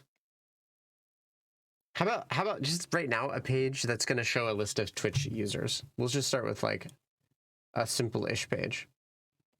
So how we get the users will be up to us separately, but it'll end up showing a list of users. So some page, it ends up showing a list of the users, and whatever their like icons are and stuff. It renders them. What do you mean by users? Like users currently in chat or users so follow? Yeah. We'll separate out where they came from. In terms of the UI, it's this list is a list of Twitch users. Twitch users. Okay. Yeah. Specifically Twitch. Okay. Yeah. So, but not like all the users that ever. No. So we'll have to give it. The users. And I think what we'll do is we'll grab them from either the followers list or chat or something. Okay. And we'll render. That's who we'll end up rendering. I think we'll do chat since we have that code that gets the chat users. Yeah. I think that's what we'll do. So our component. I thought we wrote code that got us followers too. Did we? We did. Yeah. That code's just straight out of the Twitch API. That's very straightforward. Right. Yeah. Right. Yeah. So we could do either. But I think I'll just make sure that I have that component. What if? Yeah. Hear me out. What if we just rendered all of the followers and all of the users in chat into one list, compiled them into one list, and then just gave the users who are currently active in chat a little like green dot or something. Oh, darn you. Darn you, you smarty pants. Huh? You smarty pants. No, so to your question, the realm of the geek, this is part of us designing enough of the layout so we're kind of hashing out some of the details. So like what Lowtech just mentioned, I think is a great idea. We're just hashing out these details before we code it so that when we code it, we can remind ourselves of the goal and not get distracted coding things that we don't need to get to our objective. Yeah, Yeah. so this is UI design only in like the most primitive sense of what UI design is. It is we are not really being careful about design. But it is UI. Yeah, we're definitely this is, I would say we're doing a mock-up, you know, I think that's fair to say. So You know, I'm actually coming back to like UI design and like building web pages, and there is for all of the and then we did have a someone who was still in high school in the chat earlier. I really want to share this with you guys. If you check out indieweb.org, and if you're not at the point yet in your life where you're like ready to go to college or do a boot camp because you're still in high school or whatever, this is a really cool project to get involved in. This is like here are some. It's a bunch of like engineers and people who are building websites for themselves, basically. And I think building your own website is a great way to get into this stuff. So definitely check that out. If if you're thinking about doing this kind of thing and you want to kind of play around, building your own website is a great way to get started. I would check it out. It's cool stuff, and they have like meetups, and probably have like meetups area too.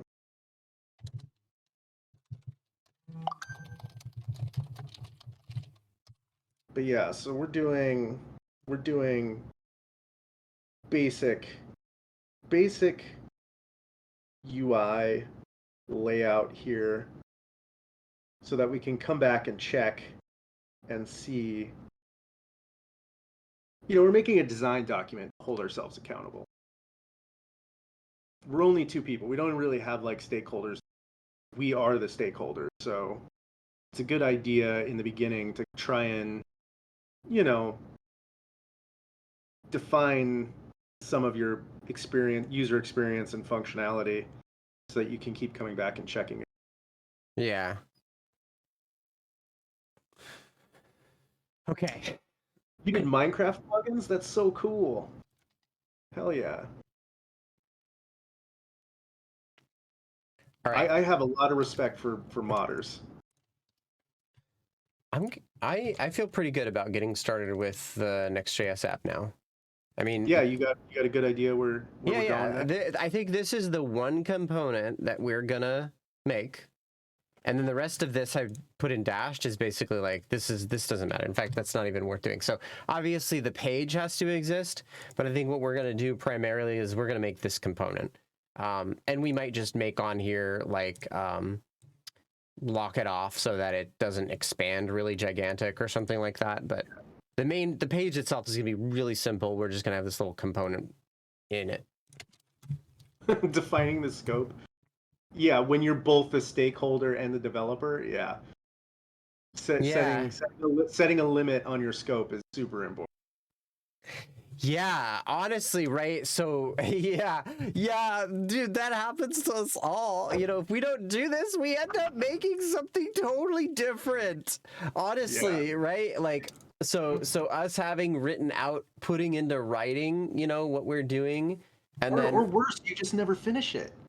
Yeah, because also you keep getting honestly, yeah, like this is worth like taking a look at, right? Like what you end up doing so often if you don't clear, I mean, this is literally it. I've done this so many times. So there's your goal, right? And when you have that goal in mind, you kind of end up doing, what is it? Here, let's do that, and then what is it, 5? Okay. Never finish because there's no definition of done. Exactly. Yeah. So Exactly. you end up doing that when you have a pretty clear goal, right? When you don't have a clear goal, it's like Oh, you didn't. There's not enough spirals to get to that green dot. you know, it's like right, or your goal is like sort of like this thing that's so amorphous. It's like you don't really know whether you're there or not because it's just not specific enough, you know? And and so the whole, like, you're sort of in the range, but you're not certain that you're really doing what you really want to do. Yeah. It's crazy. So, And this is actually fine. Like, this would be considered, like, this is actually kind of a diagram of play, and play is good. But if your intention is to kind of finish something, to have a system that works in the end, and not just be in discovery the whole time, then yeah, like, play is important for ideation. When you kind of want to, when you're at the point where you want to finish a product, definitely gotta cinch down on that scope.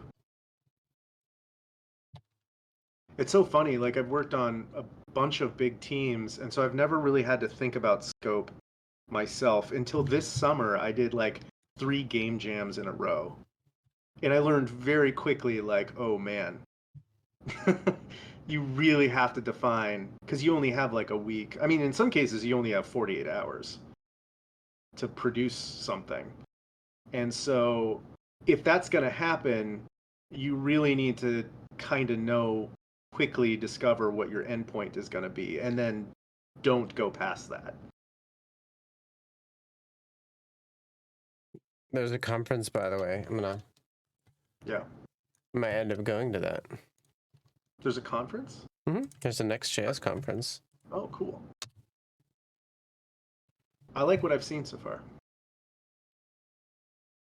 I might use this to build my next personal site.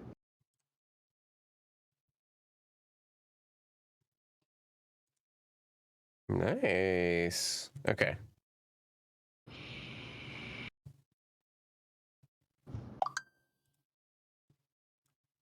This is crazy. Look at, so I just signed up to go, and look at this. They have this crazy, like, I literally just signed up for a newsletter slash the conference, and look at this. They have this crazy thing. Like, what is this? This is built in Next.js, I'm pretty sure. And like, I just signed up for a newsletter and it gave me this little game to play. I don't even know what this thing is. It's just crazy. What does it do? Does it, I don't know. Can I move this thing? Around? It looks like there's a prism in the center or something. Yeah, I don't know. Maybe it's like a puzzle. Like, you legit like need to solve a puzzle to, like, I don't know. But I'm gonna set it aside for now. And I'm gonna head back to building this thing. All right, start learning. Documentation. Bless you. Wow. Let me know ahead of time and I can mute you. Okay. Yeah, I'll try to mute myself next time. I just didn't know. Yeah. It's surprise. I was surprised. Sign up for news. I got this thing. The scope creeped up a bit. Yeah. Wait a minute. Is this a in-browser game? Oh no. Well, yeah, but it's also the newsletter sign up. Okay. All right. So getting started. npx create app latest.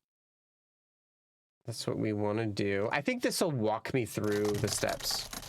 Hey, the realm of the geek. Thank you so much for the follow. We only need 8 more. Get 8 of your friends and family, have them follow, and then in 2 days we will have the API unlocked. As you can see, I just have to stream for 2 more days, and then I think we're actually already at 42. That's 10. I think we got 10 so far this stream. That's crazy. That's awesome. Yeah. All right, so let's go back to VS Code. Hey, we actually got another one. Cletus J. Jones. Thank you so much for the follow. And welcome. All right, NPX create next app at latest.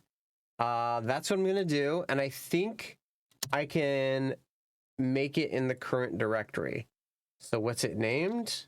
What if I do that? Oh, no. it made my app. That's okay. I can just... Actually, no. I want to stop this thing. Stop it. Let's do ls. Let's do rm-rf root. Just kidding. Don't do that. But my app, my dash app, and then delete all that. Okay. So we're going to run this again really quick. I think if I go back, create your dashboard. rm-rf/. No, don't do that. Yeah. No one do that.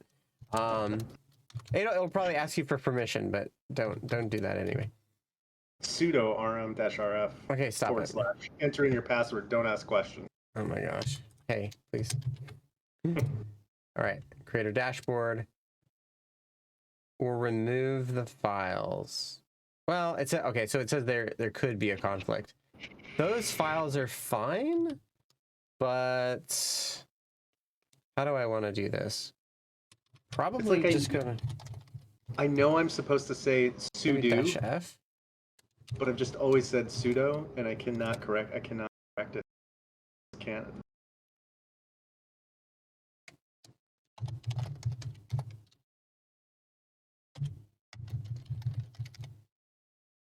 What is your project named? Is it gonna work? No, it's not. Okay. Create a dashboard. Wait, what? Oh, this you're just reading this. Yeah. So That's the lag.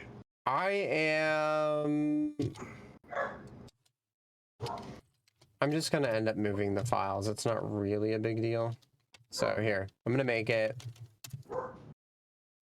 What's it called? Creator dashboard.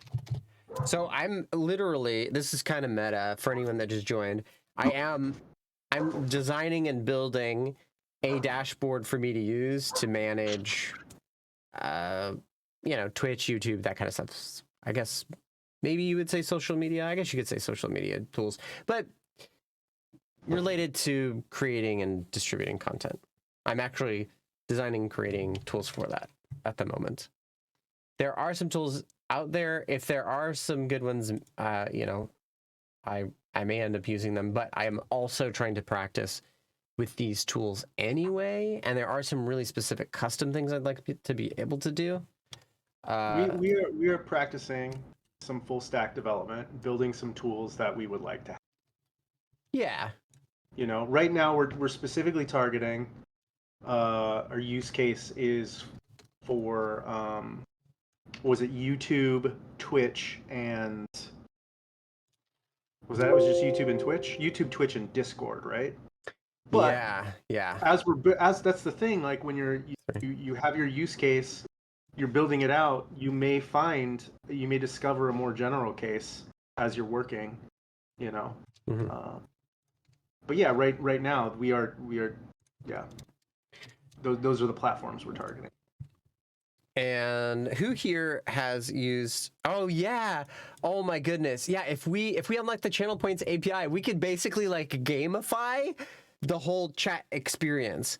I need to figure out some more of the specific. Basically one thing I want to figure out is how can I make it so you can do like things to get channel points in a way that are like super easy. Like you don't have to watch for 5 or 10 minutes or whatever to get points. Like you can do something and have points or something. We'll see. What if you had a game, right? A game that you were streaming, and like, oh man, you have a game that you're streaming. It's like a boss rush arena thing, right? Where like you just fight boss after boss, and then your chat can spend their channel points Oh to like yeah. reallocate they can spend their channel points to buff the boss's statistics live while you're fighting the boss. So they're like watching you. They're seeing the techniques you're using, and they're like, "Oh, I'm gonna give it more magic statistics, or I'm gonna make the boss faster, or something like that." I don't know. Do you know the names, Ninja? If you can grab the name, that'd be awesome. Some of these things are open source. Yeah. If you do, that would be super cool. Okay. So we can just start by editing this. All right. So let's actually grab like a JSON list of Twitch users. I actually have such a list. So over here in our other app, I did make some API requests. And what I started doing when I make API requests is I start saving them, because you know how often like you suddenly like wish you had, so this is user info responses. You wish you had some API data, right? To just model with. So I'm going to create something, example, I guess I'll do underscores, user list dot JSON. And we're going to throw these users in here. Just a few. Example user list. So that's going to be, I guess it's sort of best practice, users, to have JSON files be objects rather than arrays. So I'm sorry, yeah, users. So I am going to do that. So they'll be under the users list, comma. So look at this. I was just going to use the same. It's going to use the same one. So got Penny DeVera user. We've got this next user. Oh, Ninja Shadow. You're on here. Oh, you're on here. I used the API to grab your user info a few days ago. All right.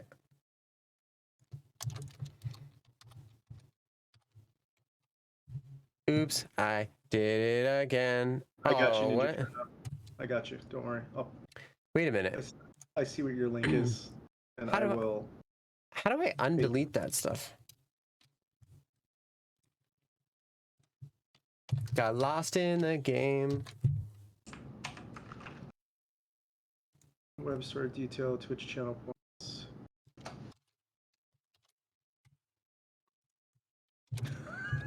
How dare you delete my info from the API poll? That's funny. All right, that's Nightbot. He gets a little overzealous. Yeah, for real. Okay, so we have an example user list. We're gonna shrink that back down.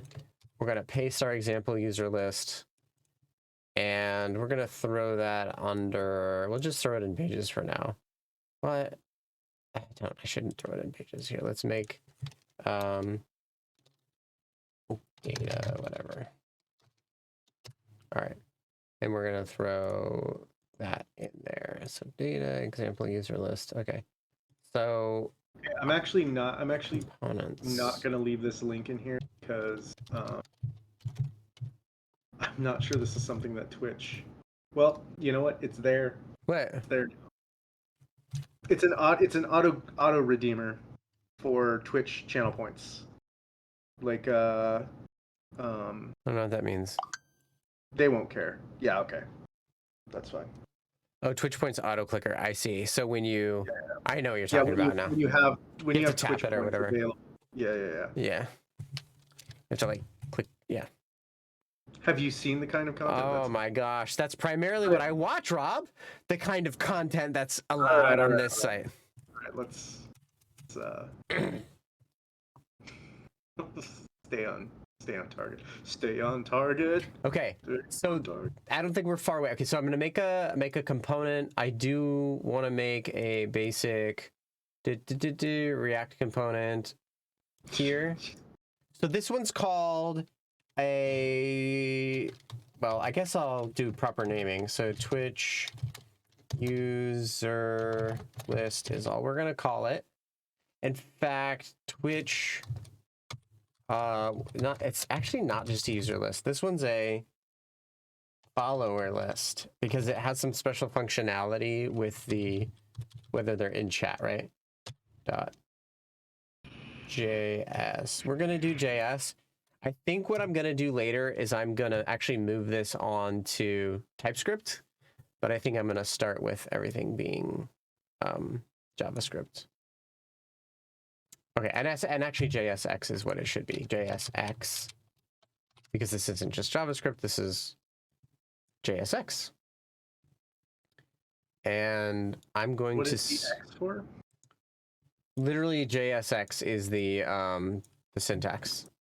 It's not JavaScript, it's JSX. Is that the React syntax? Yeah, exactly. Syntax? Yeah. Okay. All right, so Twitch follower list. So export defaults. It's probably going to give us the name, class, Twitch follower list extends. Class, I don't really want. You've got room function. you've got room to shrink up your browser window. Yeah, you're right.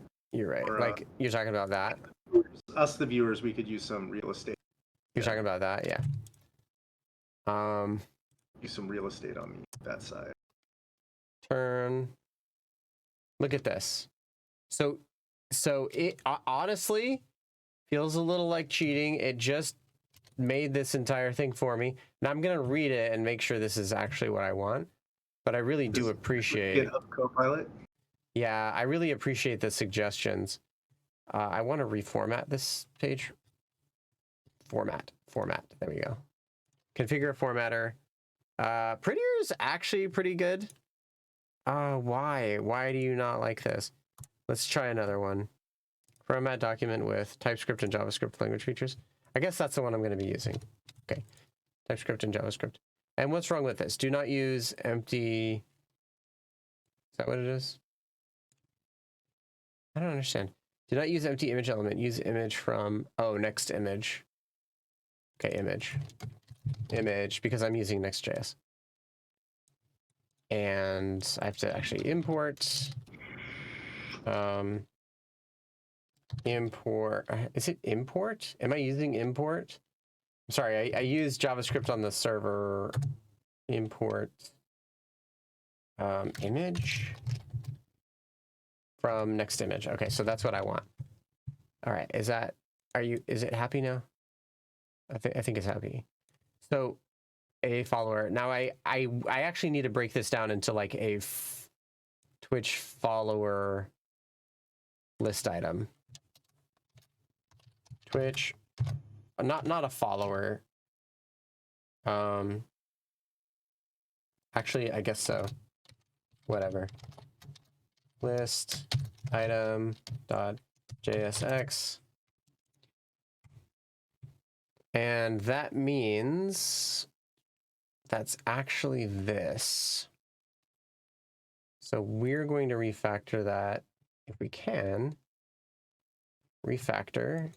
Will it let us extract to a function in the module scope? I think that's what we want. And we want that to be Twitch follower list item. And this should be JSX, which means it should just be like this. Okay. And we pass in the follower, actually. So follower equals follower. Oh, sorry. To wrap it with. And why is it unhappy? Return? No, that should be fine. Why is it unhappy? Oh, key. Yeah, okay. So key equals follower dot something. Key equals. So the key is so that everything has a unique identity, basically. Follower dot ID or something. So let's look at sample follower data. So because I have the sample follower data so readily available, it's really easy to get stuff. Okay, so ID. Follower.id. That's right. .id. Okay. And I see take off. What is this? Wait, what's happening? I just see your message there, Ninja. Take my shirt off. I feel so objectified. Oh my gosh. Okay, we really want to display this on the right, but we will soon. Function Twitch follower list item, followers.map. Yep, make new one, the ID, perfect. So it's going to, okay, so follower.profile image URL, is that really what it is? Look at this. So it knew profile image URL. That's crazy. All right, so Twitch profile image URL, that's crazy. And what else? Oh, it'll give us a link to go to their page too. But we want to use link, which we're going to import from NextJS. Okay. So we actually have to import that. Import link from next link. Awesome. And I think, oh no, sorry. That should be good now. Is that for real? That's for real. So that'll link to that user's page. That's cool. And whether or not they're in chat is also something. So follower, we're gonna have to have something that indicates whether they're in chat. So image, link, we want one more item. We're gonna leave this at that. We're gonna do the in chat thing afterwards. Yeah, the image. Wow. Okay, is this gonna work? I feel like this is gonna work pretty shortly. Okay. All right. So export default function. Oh, that's funny. Quick fix. I actually need to import this stuff. All right. Need to import that stuff from NextJS. Okay. And they're not even used on this one, ironically. And then this has to get imported. Ooh, what? It's not defined. Yeah, I want to import it. Interesting. Import Twitch follower list item from, okay, good. And now I just need to render Twitch follower list. So on my page, in my pages, I want to make a page, probably its own directory, and it's going to be called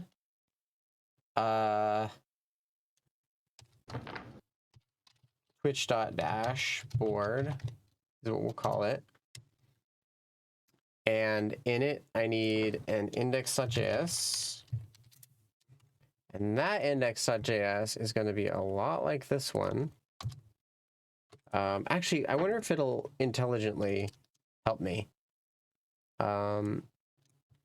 Export default function, not home though. Twitch dashboard. Okay. It's not great, but it's not terrible. The head, oh, this is everything. Okay. Well, we're gonna do this for now. Just like template inheritance, we would want to reuse. We would want to reuse some of these things. Dashboard. Okay.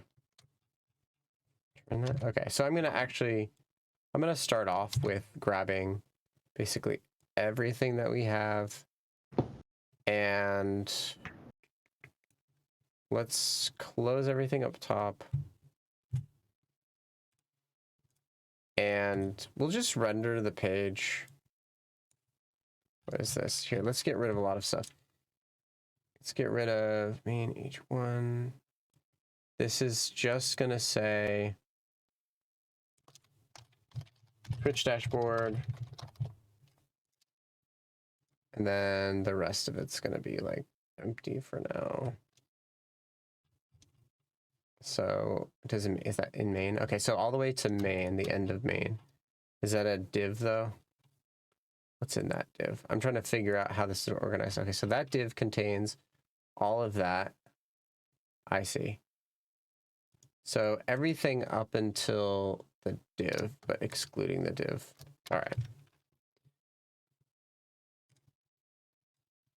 So h1, that div. What would be wrong with that? Unreachable code. Open main, close main, open h1, close the div. I feel like I missed a div somewhere.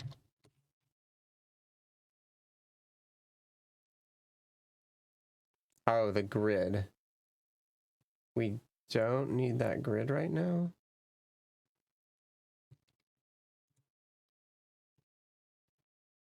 So we're going to delete including the div. Okay, that's fine. And I'm actually editing the wrong file. Whoops. All right, so let's go edit this one. Here we go. Footer, all of this. Boom. Cool. I'm going to use this on the other page. Fix what we broke.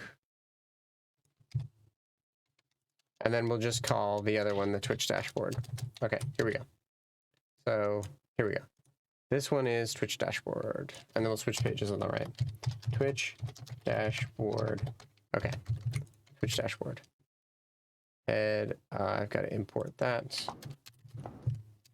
Anything else we have to import? Probably all of that. We will see. Do I have an image in here?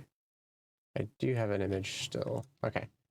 So on the right, I should now be able to navigate to /Twitch dashboard.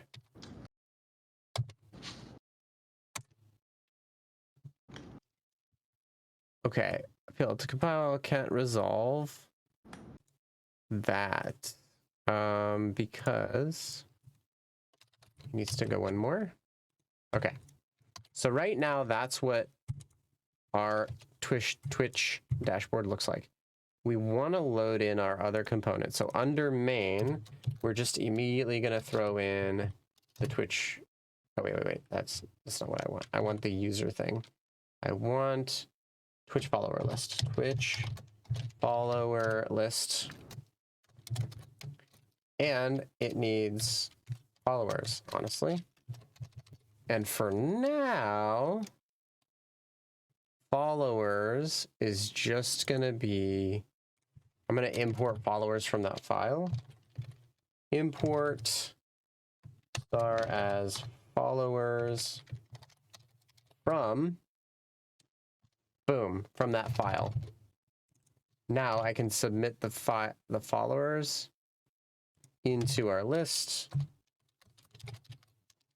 And let's see how this works. All right. What doesn't it like? It doesn't like that syntax. Why? Oh, it says it's not found? The module is not found. Okay, no problem.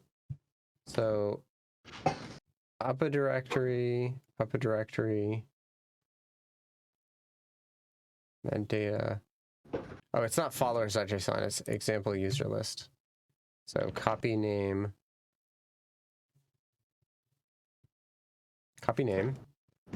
not example user list. Or sorry, it is called example user list. Okay. Ooh, let's reload this. Okay, so followers is not a function. followers.map is not a function. So under followers.map is not a function.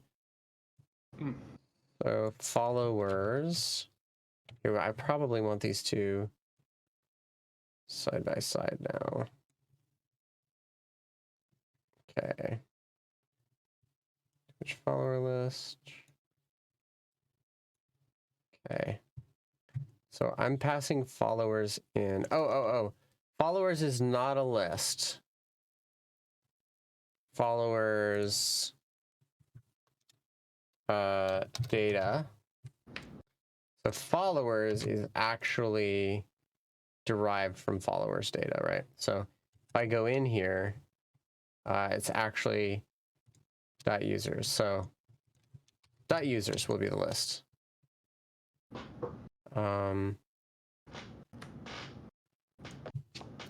So const followers equals .users.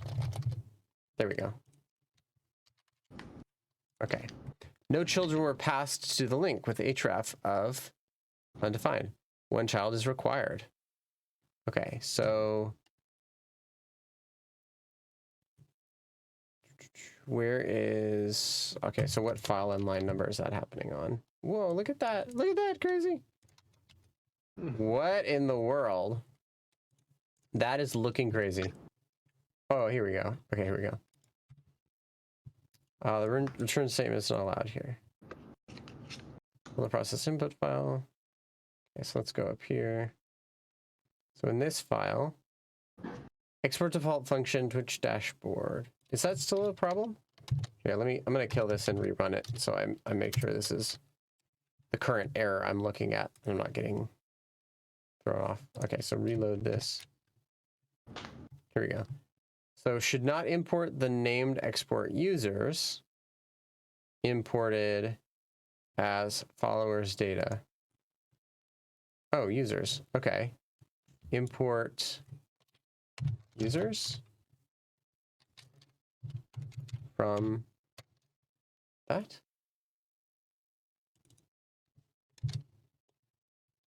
I'm about to throw in like a breakpoint and debug this.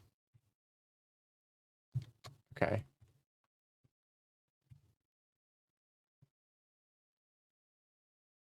Okay, so in this file, followers.map, that's here on this line.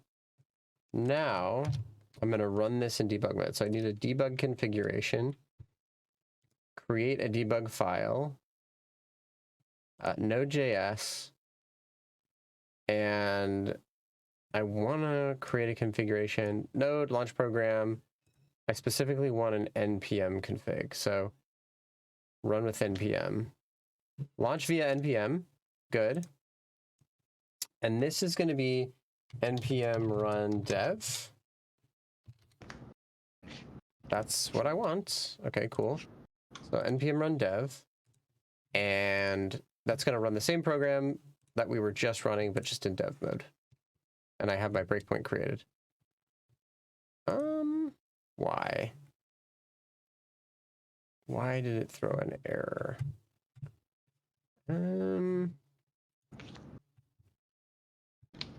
Unscript debug npm run dev under package.json dev npm run dev. Oh, I can run this in debug mode from here as well. So let's do that. Npm run dev. Okay.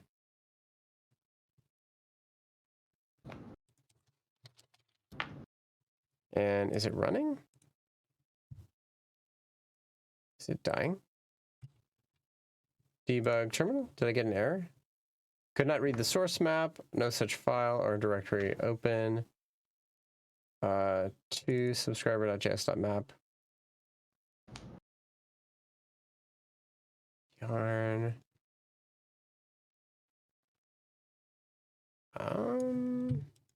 That's surprising. That's okay.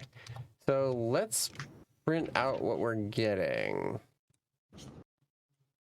.js.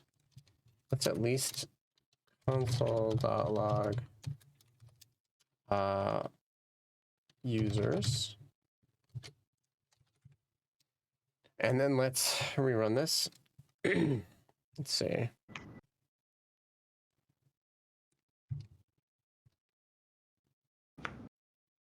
Oop, not debug. Terminal. Run dev.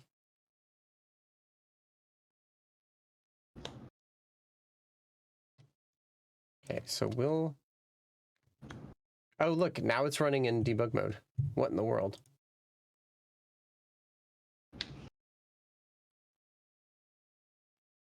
And it printed out the users. Okay. Oh, this is kind of strange, but okay. So followers. Oh, followers.users. That's the problem. So somehow. Okay, so let's stop this. It's gonna get hit repeatedly. Okay. So .users is our problem. It's passing in the object. Oh, okay. I get it now.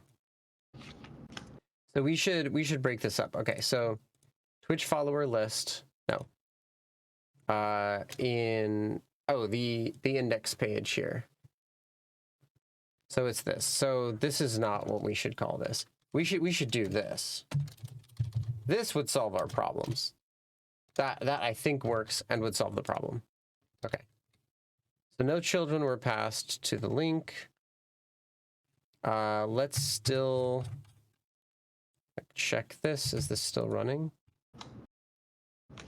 No. Okay, so what file and line is this happening on? Repo, render element, render node. Well, where's a link with an href? Twitch TV. Okay, so we can figure out where this link is. Twitch TV. It's here, basically. So follower.login. It's not called .login, right? So it is not .login. We'll look at this down here to actually figure out what is the shape of the data here. Ooh, it is .login. I would have expected .login to work. Follower ID, follower display underscore name, follower .login. So let's actually stop there if we can. So let's disconnect. I think it's still running, so let's stop that. Let's kill the bottom. Okay, we've got our breakpoint there. Let's try running this in debug. Ooh, debug actually from the package file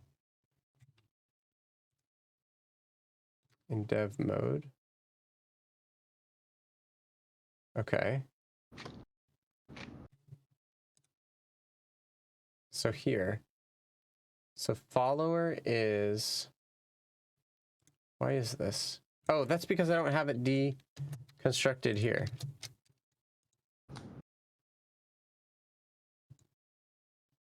So that is what I need. All right, let's rerun this puppy. Attach. All right. Let's save this and rerun it. Reload the page.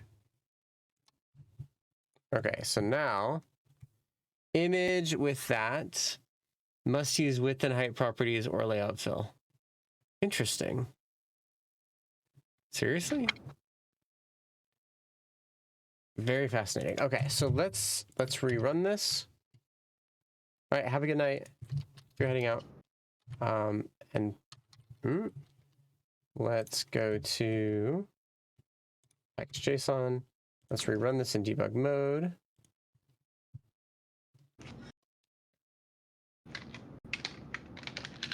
All right, we're gonna stop here again.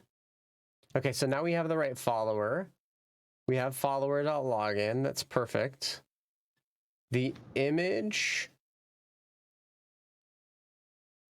What is this though? This looks fine. Profile URL. Can we not use that URL? All right, let's continue. I think there's like 3 users, right? Okay, so what's this say?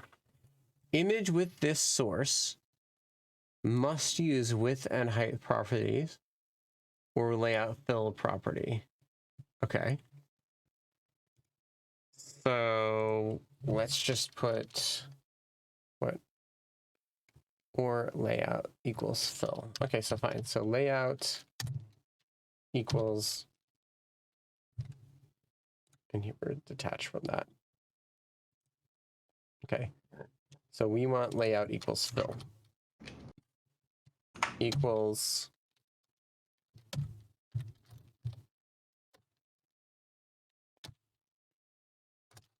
fill.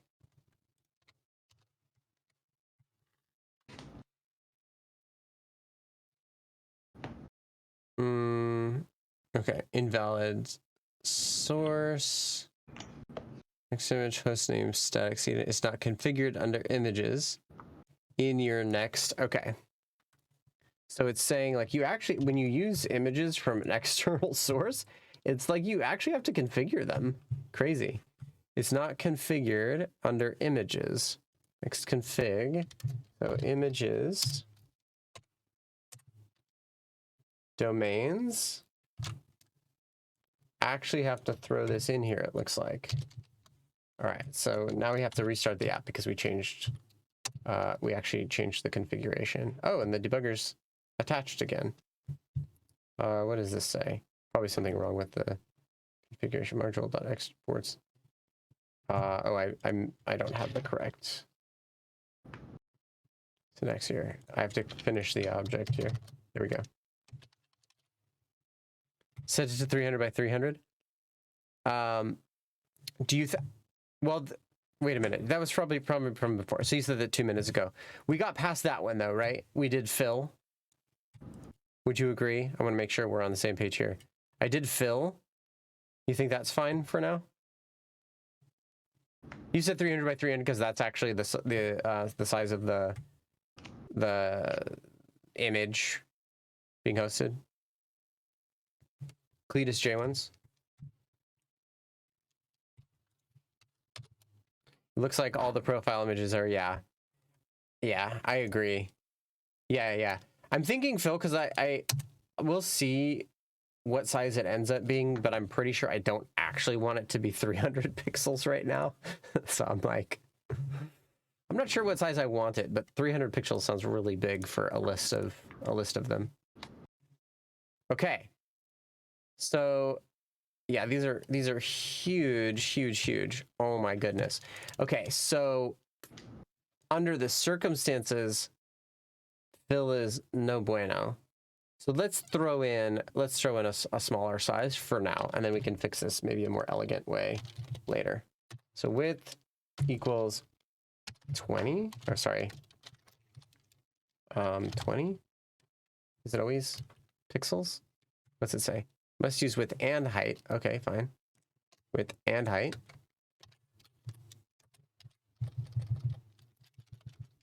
IGHT. Okay, so the images are on the left. Oh my gosh. I don't want these little list item thingies.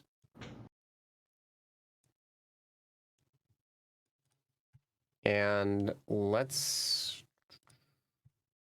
make the list here. We'll put these so they can actually both be seen. So that's progress, right? We actually have that list item. This is not beautiful though. Because I'm not really using any framework is partially the reason. Like I'm not using any CSS framework. And I probably want to. And I probably want these to be circles, right? So let's make the image have class. Oh man. vector green circle SVG. That's what I want. Maybe that one. So probably copy it. I think it's going to be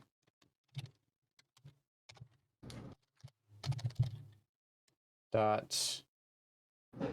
I forgot what vector files are called. I have to fix this. Oh, that one's a PNG. But whatever. I'll just keep the PNG. Here, let's do this. Does that work? Search for copy the image. Can I just paste it here? No, that doesn't work. Can I download it? Image as.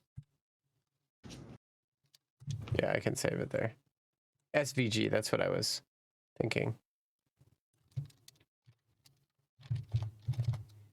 Green circle. Here we go. I'll just move that here for now. And that's actually going to go under static, I think. Where is that? So public, under public. And copy the path. We'll throw that next to the item. So the image, and on the far right of the image, we'll have another image, src equals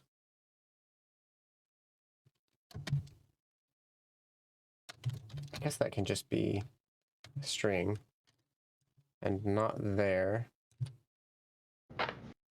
How will we get there? I think that'd be right.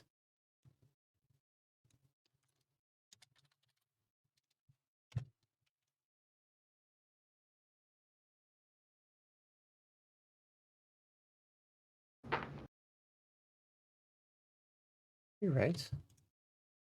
Okay, let's look at the web page. Oh, I need to do the size and everything again. And probably a little smaller than that.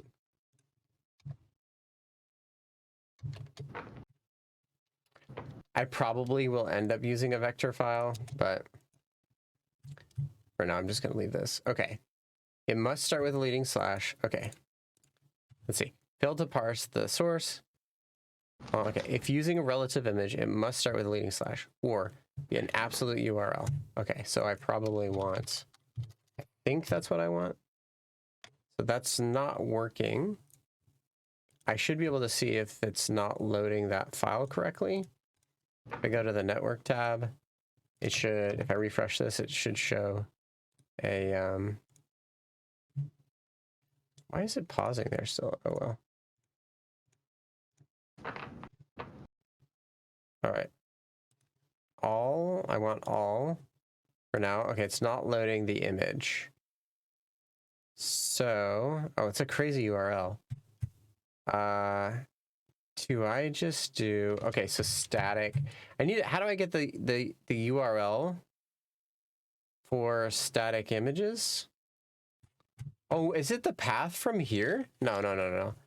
How do I get the URL for static images? Okay, so.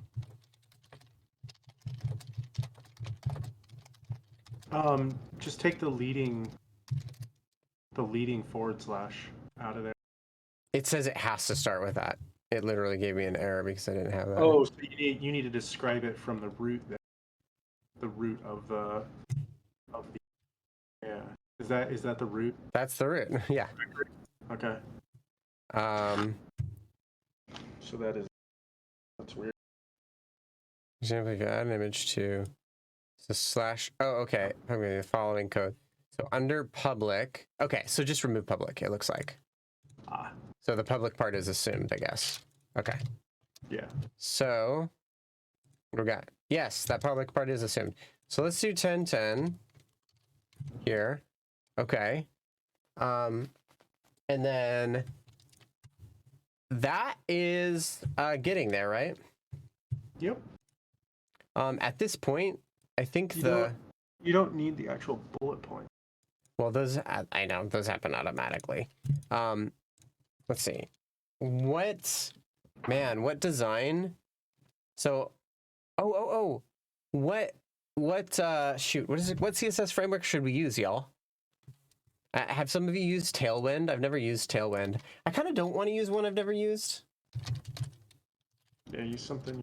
But if there's like a compelling enough reason, I mean, I'm open-minded. This is Tailwind. Okay, so this only use Bootstrap. I'm probably not going to use Bootstrap, but let's... For some reason, I'm having a hard time remembering exactly what Bootstrap looks like. Bootstrap is like this. I mean, I guess I wouldn't mind, but I think I'm going to use Material... What is it? Material UI or something? Oh my god, I mean, scalable vector graphic. I think I'm going to use Material, Scalable Vector Graphic. Scalable Vector SVG. Scale. Okay, I'm going to use this for now. Yeah, Anymotion. All right, so we're going to open up this terminal, create a dashboard. We're going to install that.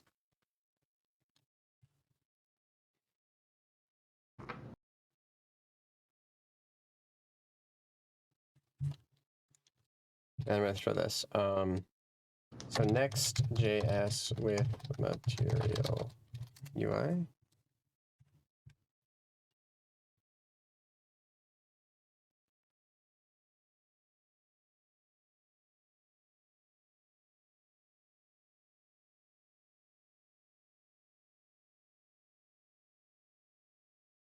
I actually have an example here.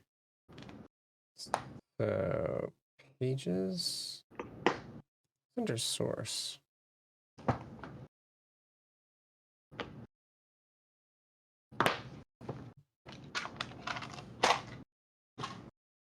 There's components here. Box. Okay, so I think I can start grabbing some of this stuff. All right, so let's do list item UL box. Let's make this a box container. Oh, container as well. Yeah.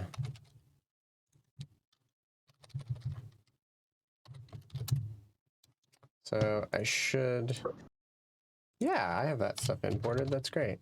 Should be able to make a container and a box. Oh my gosh, typography. I'm not going to do typography though. Inbox. I'm going to go here, container and box. And close that up.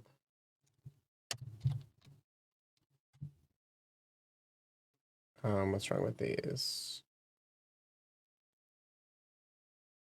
Open container. Oh, because of that one. Oh, that one closed actually. Oh, it got closed automatically. Okay. So there we go. Format it. I gotta format it with the other tool. Here we go. Okay. Now, is that still rendering normally? Where are we at? This one, right? Did that improve at all yet? Let's get rid of that. List item.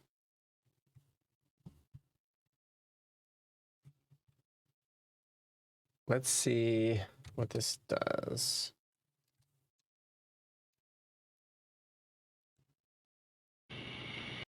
Max width, okay. List item. Oh, I don't want to remove. Okay, so let's do material UI list item. Oh, something like that. Oh, look, that's cool. List item.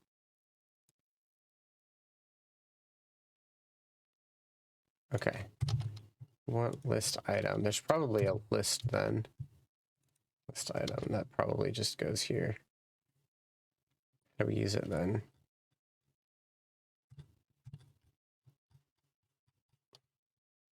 Probably here. So does that just work out of the box nicely? That'd be cool. I feel like that didn't really do what you would expect it to do, but maybe we have to customize it more. Align items, autofocus, button, children. All right, is there? Okay. If you take React list item, can learn more about the available prop CSS API. You can learn uses an additional container component if list item secondary action. Multi-list item can be used when providing default props.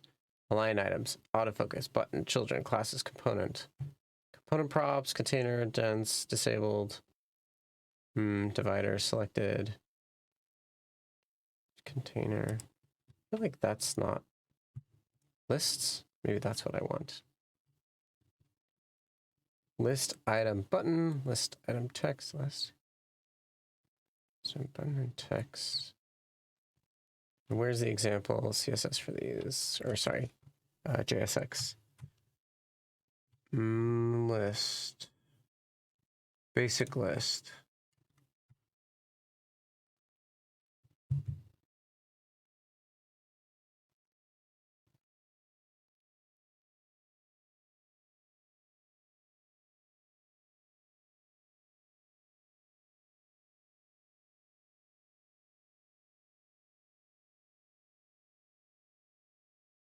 So component equals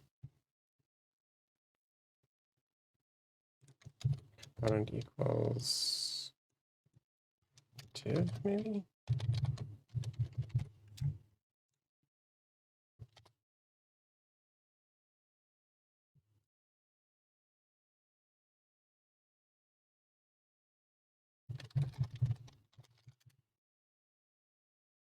Oh, what is running? Okay, so that should run at 3001 now.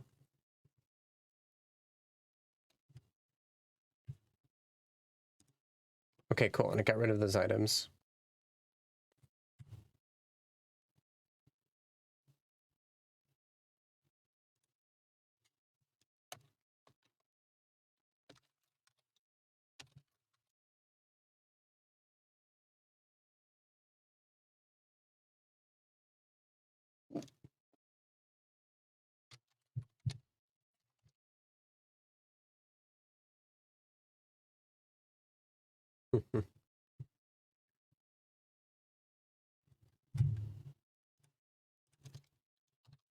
Serial UI, circle mask on image.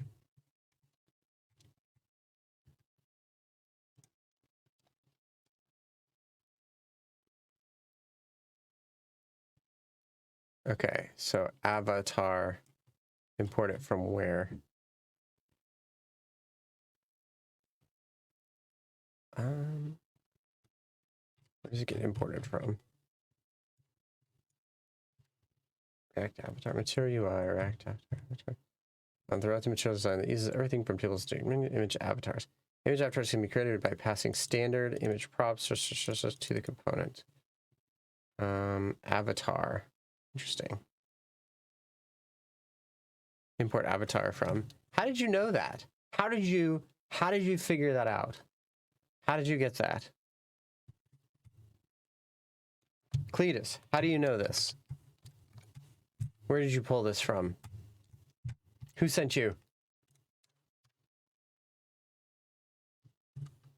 Ah, I see your link though. Here. Can I I don't know how to, anyway, I see your link though. Cool. The avatar was on there? Oh, it's on the left, I see. Did that get us there? I still don't know how you did it.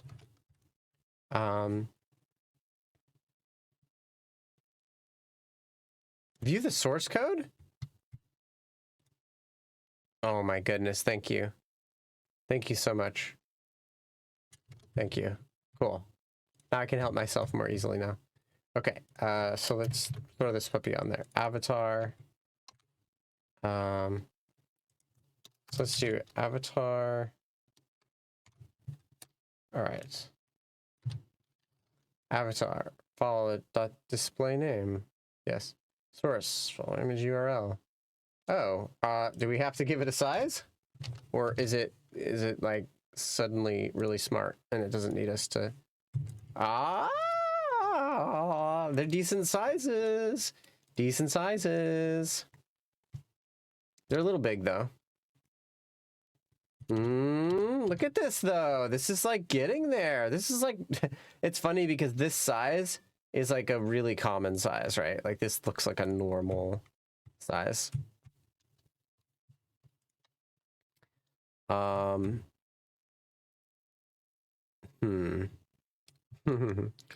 Okay, where was my head at? Where was my head at? I'm looking at, here we go. The spaces are kind of getting to me. Oh yeah, look, the links do take us to the actual peeps. That is cool. Yes, they do. That's sweet. Oh, the spaces. So we don't want those spaces. I thought doing this would add the spaces. I guess I could do a span that's just like literally some empty space. Would that do it? Why is this not adding space? I just want space. Oh, maybe I should do... Gosh. What is the best way to have space? Is it because they're empty? Here. Or the spaces are just really small? No, there's no space there.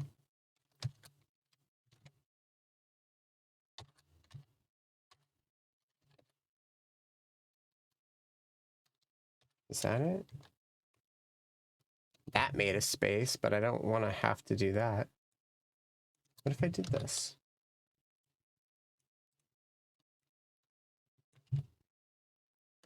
Does that do it? No, that doesn't do it. Are you kidding me? What is wrong here? What's the best way to make a space?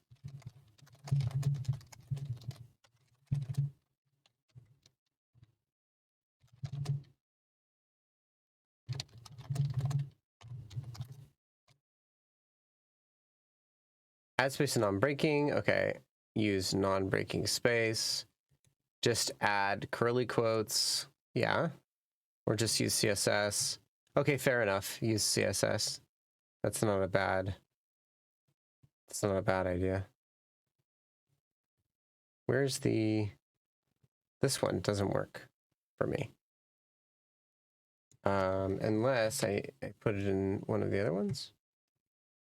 So in the link, here, let's look at this. In the link, do I want the space? That doesn't make sense. Oh, around the follower name. That could make sense. Oh, multiple children. We're passed to that.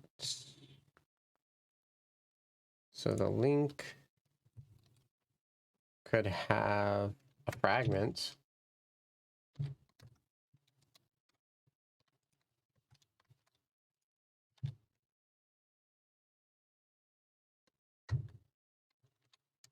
But that doesn't add the spaces still. That's ridiculous.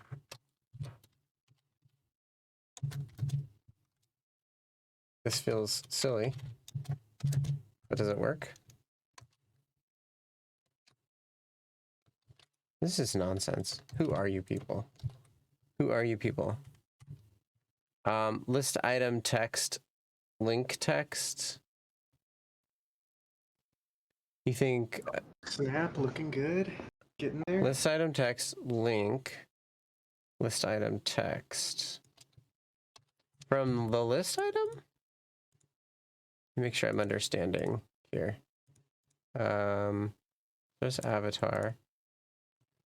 Where did I? Cletus Jones, if you send I'm missing it. if you send a whisper to one of the mods, List. Down here. List. List.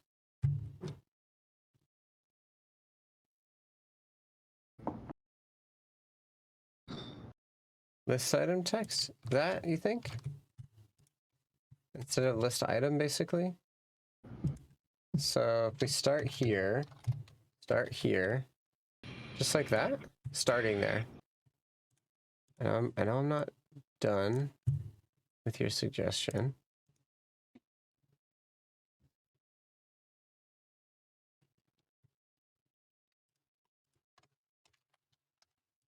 I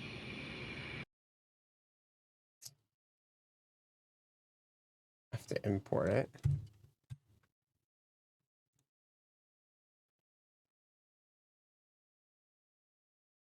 From, look at the code sample. Oh my gosh, that's a lot. From here.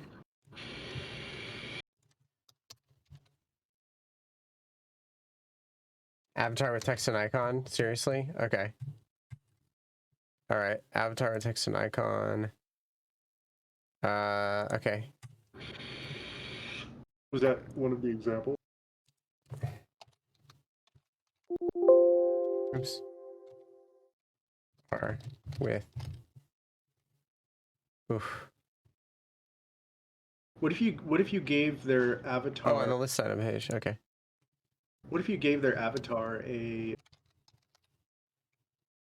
like a green border instead of a? Who are you, Cletus? Who are you, and who sent you? CSS ninja extraordinaire. How are you? How do you know? Like, are you just like reading through it? Palarar, who are you? Who are you? Who? Okay.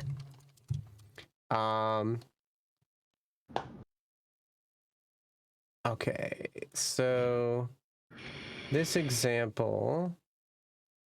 Okay, so this is a list, BT dubs. So I should technically follow this excellent example and use this as a list. Hopefully it doesn't, hopefully that doesn't break it actually. I want to get rid of this puppy. Go away. Need a more room here. And where was I? Here? Okay. List item text. Okay. So the list item, oh my gosh. This is crazy. List item, avatar. Holy mackerel. Image icon, avatar. No, wait. What? This feels like a lot, but okay. List item, it's a list item avatar. Okay, fine. It's a list item avatar. Fine. Okay, and then in that is an avatar. Do you have an avatar already? And image icon. Really? What is image icon? And I don't have that imported yet. Is it gonna find it? No, it's not.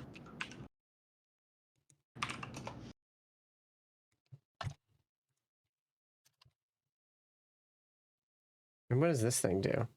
Simple wrapper to apply list styles to an avatar. Okay, fair enough. Okay. And then we need to close that puppy. So right around the avatar probably, right? So avatar list item after, yeah, right around the avatar. This item avatar, closing tag. Okay. All right. And then what is image icon? Avatar gets an opening and a closing in this case. And it gets an image icon. Import it. I'm not gonna import it. Image icon. And what does image icon do? Okay. Format documents. What does the image icon do? Who are you? What's that even tell me what it is?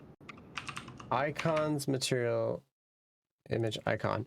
So that's gotta be, how do they use it?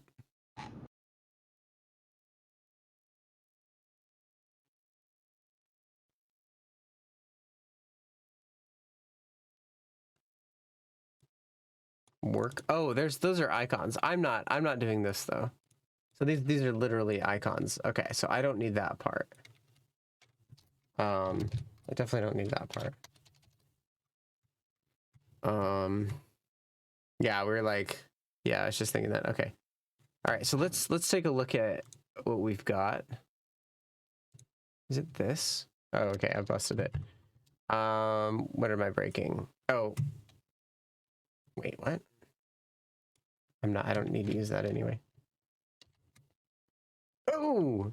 Oh, that's looking great. That is looking great. So I believe that dot. I wonder if actually Material UI has something like that.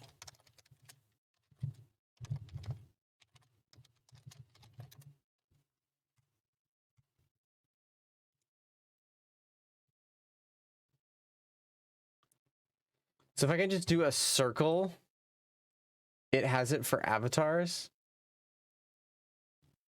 When you say it has it for avatars, I feel like a circle that's green. Wrap your avatar tag and a styled badge. Okay, I'm gonna import that as well. So wrap the avatar in a styled badge. Okay. So import styled badge from, oh wait, what? Why did it do that? Styled badge. No. Styled BADGE.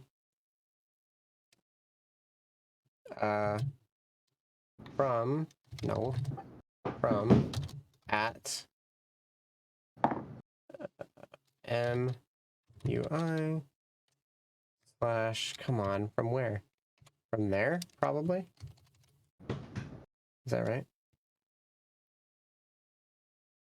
What's it do? Demos. What's it gonna do?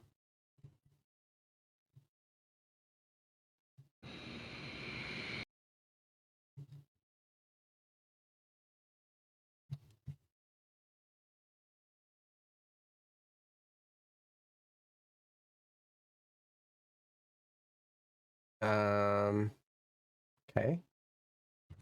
So probably wrap that around the avatar, right? Oh yeah, that's what you said, yeah. Styled badge.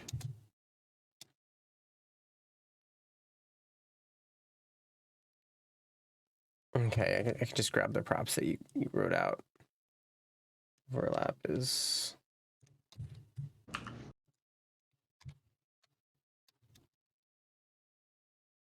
okay. Variant equals. Origin is so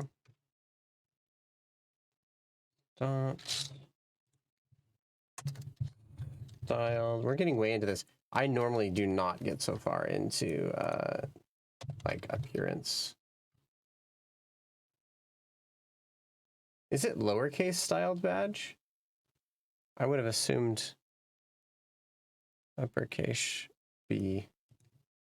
Is it really a... Yeah, it's a capital.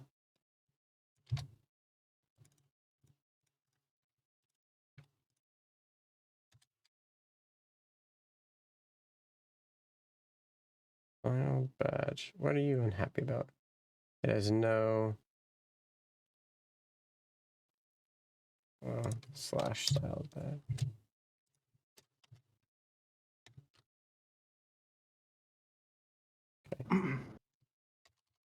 Okay.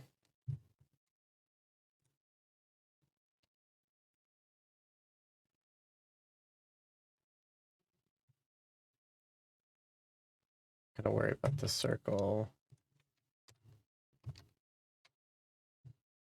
What did this do though? It made it, oh, a little smaller. Like it, pretty similar, right? I don't understand exactly what it's doing. Sure, if I read it, we could see. Looks like it added some padding, maybe. Or So that is space on the right. Here, I guess we could do this too.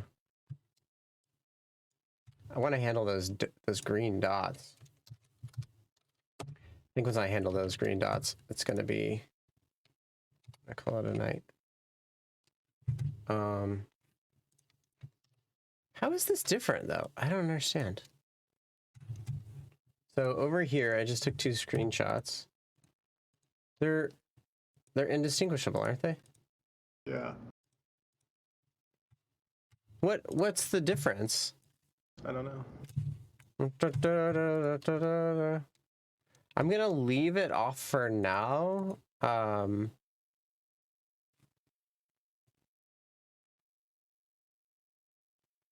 It's supposed to add the green dot to the avatar. How would that add the green dot though?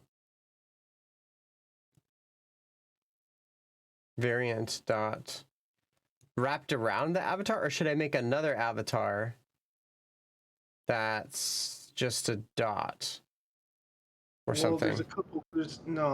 You could put like. Oh, on top of. Yeah. I see. Like in the bottom right corner or something. Bottom right. Okay, I'm understanding this now. So I probably pass it some value. Okay, that represents... now I understand. So, okay. So styled badge. So I have to pass it something that represents like a true or false, right? Bottom right variant dot.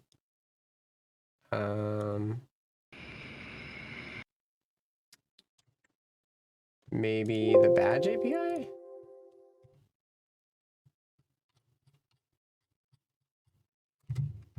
Styled badge. Shoot. That's cool though. So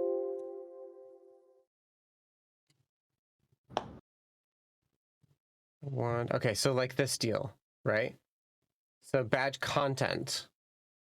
Badge content, maybe? It has to have? Maybe it has to have a badge content? I don't know.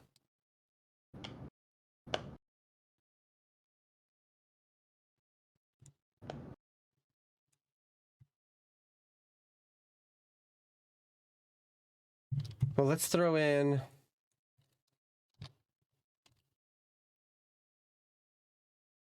Wait, there's nothing there. What happens if we remove the avatar? No. Why can't we see... Why is there no badge? So let's get rid of that. No badge content. All right, so let's grab one Let's grab one. That's a good idea though. Like having it right on the user is even better than having it on the side. Are you like a front end dev or something? What are you doing? You're just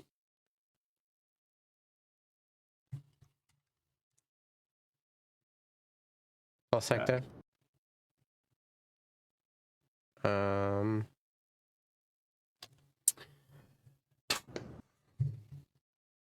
Mail icon. So the badge content, color secondary.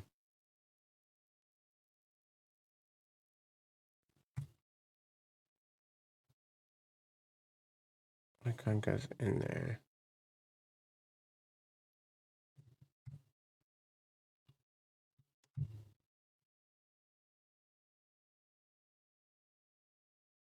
Variant. Show zero, the show zero prop. Huh? The badge hides automatically when badge content is 0. You can override this with the show zero prop.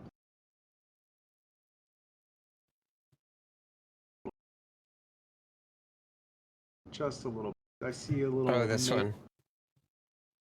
Little mail icon with a dot. Yeah. So maybe if we grab, like, let's just grab one of these to like make sure we're not list item avatar, like that we're not crazy here. I'll throw this. Just add badge content equals 4 to your code. Just add what? Badge content equals 4. Give it a number. You have right now. You have a letter. I think it's expecting oh, is it just expecting a string? It is just no. It is expecting an integer. Oh, really? Specifically? Yeah. That's. I mean, that's an integer in there. They're using an integer. They are. Yeah, in their example, they're using. Yeah. Okay. Badge. At least it would appear that they are. Okay. I need to get rid of some of this stuff. I have way too many things here. Okay, here, grab their example. Here, let's grab these two things. You have to add a color to it. Okay. You think that's it? Color.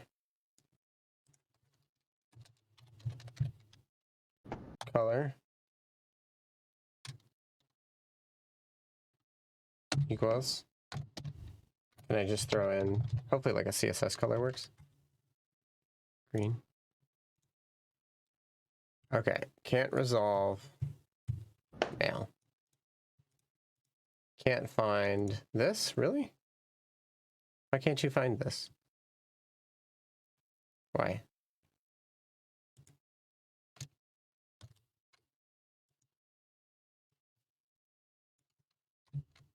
Okay, I'll get rid of those. Get rid of those. Badge and badge. I gotta add both. Badge and badge. Cannot read property. Of what though? Come on.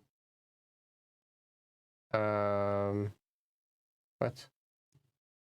I'm gonna get rid of you for now. Okay. Where though? Really?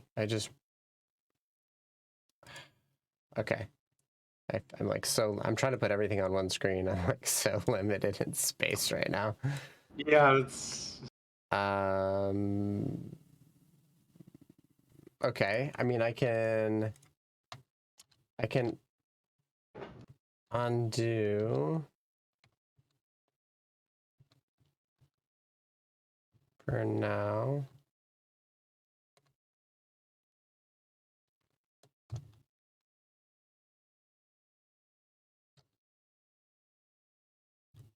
Okay. So let's throw a number here.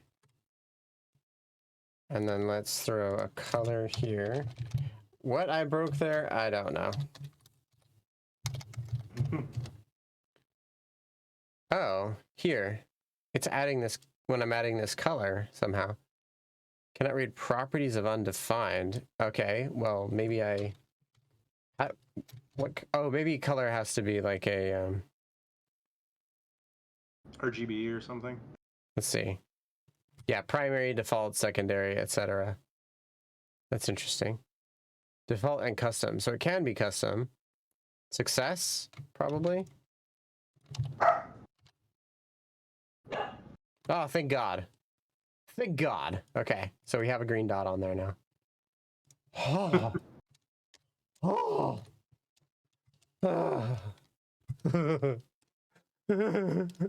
Nice. It was traumatizing. Thanks, Cletus. First try. First try. Exactly, right? First try. Oh my gosh. This is legit, though. Honestly, I appreciate that. I'm definitely not one to get that particular about it out the gate. And I think I don't... I mean, the vast majority of my time is doing other things other than front end. Well, it's definitely like how some things look, you know, like UI. All right. So I want it to be, oh, that's funny. That's funny, the content. The content is like irrelevant, I guess. Dot, I guess because dot is it's just a dot. Maybe it doesn't need content then. Yeah, it doesn't need content. All right. Circular, how big? Okay, now I want to change the size. Where's the API for styled badge? Come on. There's badge unstyled API, badge API, styled badge API. It's got to be the badge API, right?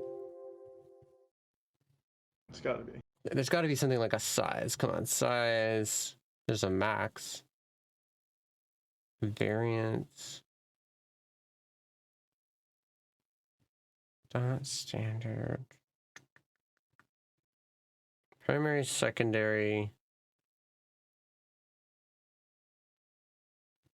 Oh, that's all.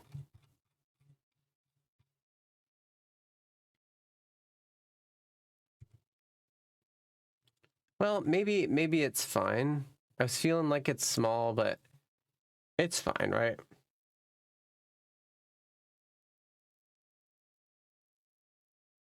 It's fine. Whatever. It's fine. I'll just leave it. Yeah. I'm getting way too into this now. Okay, so let's get rid of this stuff. And the whole thing should really be a link now. I think that should also be a link, so. Does it scale with the size of the avatar? It's an interesting question. So let's throw.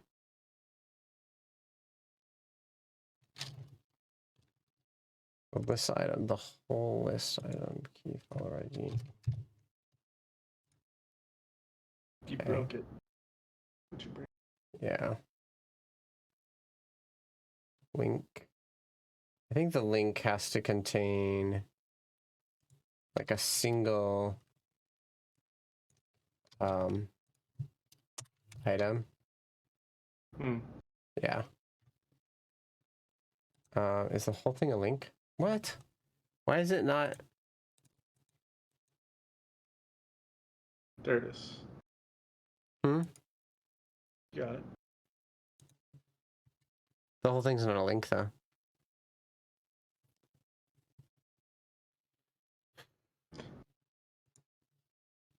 The whole thing is not a link. Yeah, because I want the whole thing to be a link. And I definitely don't need that now.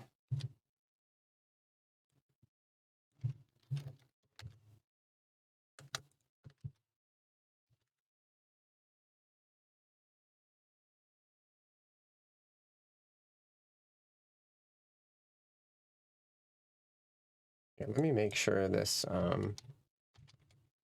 this works. So that works, right? Oh, that doesn't work anymore. I wonder if it, wait, why wouldn't it work though?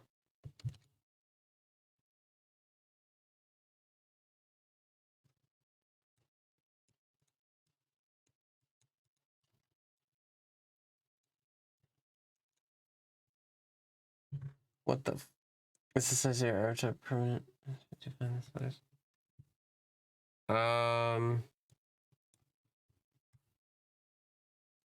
So avatar.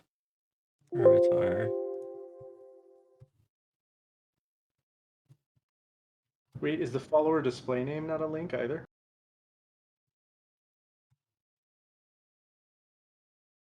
It's not right now. I mean, that's not what I want, but.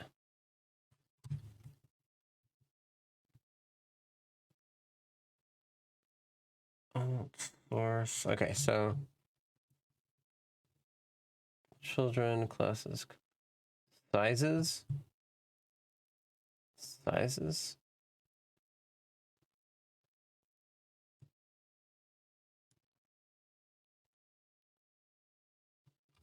I don't know. I wonder if it. I don't know. Yeah, I wonder if it like fills or something like that. I don't know. Here, let's see. We can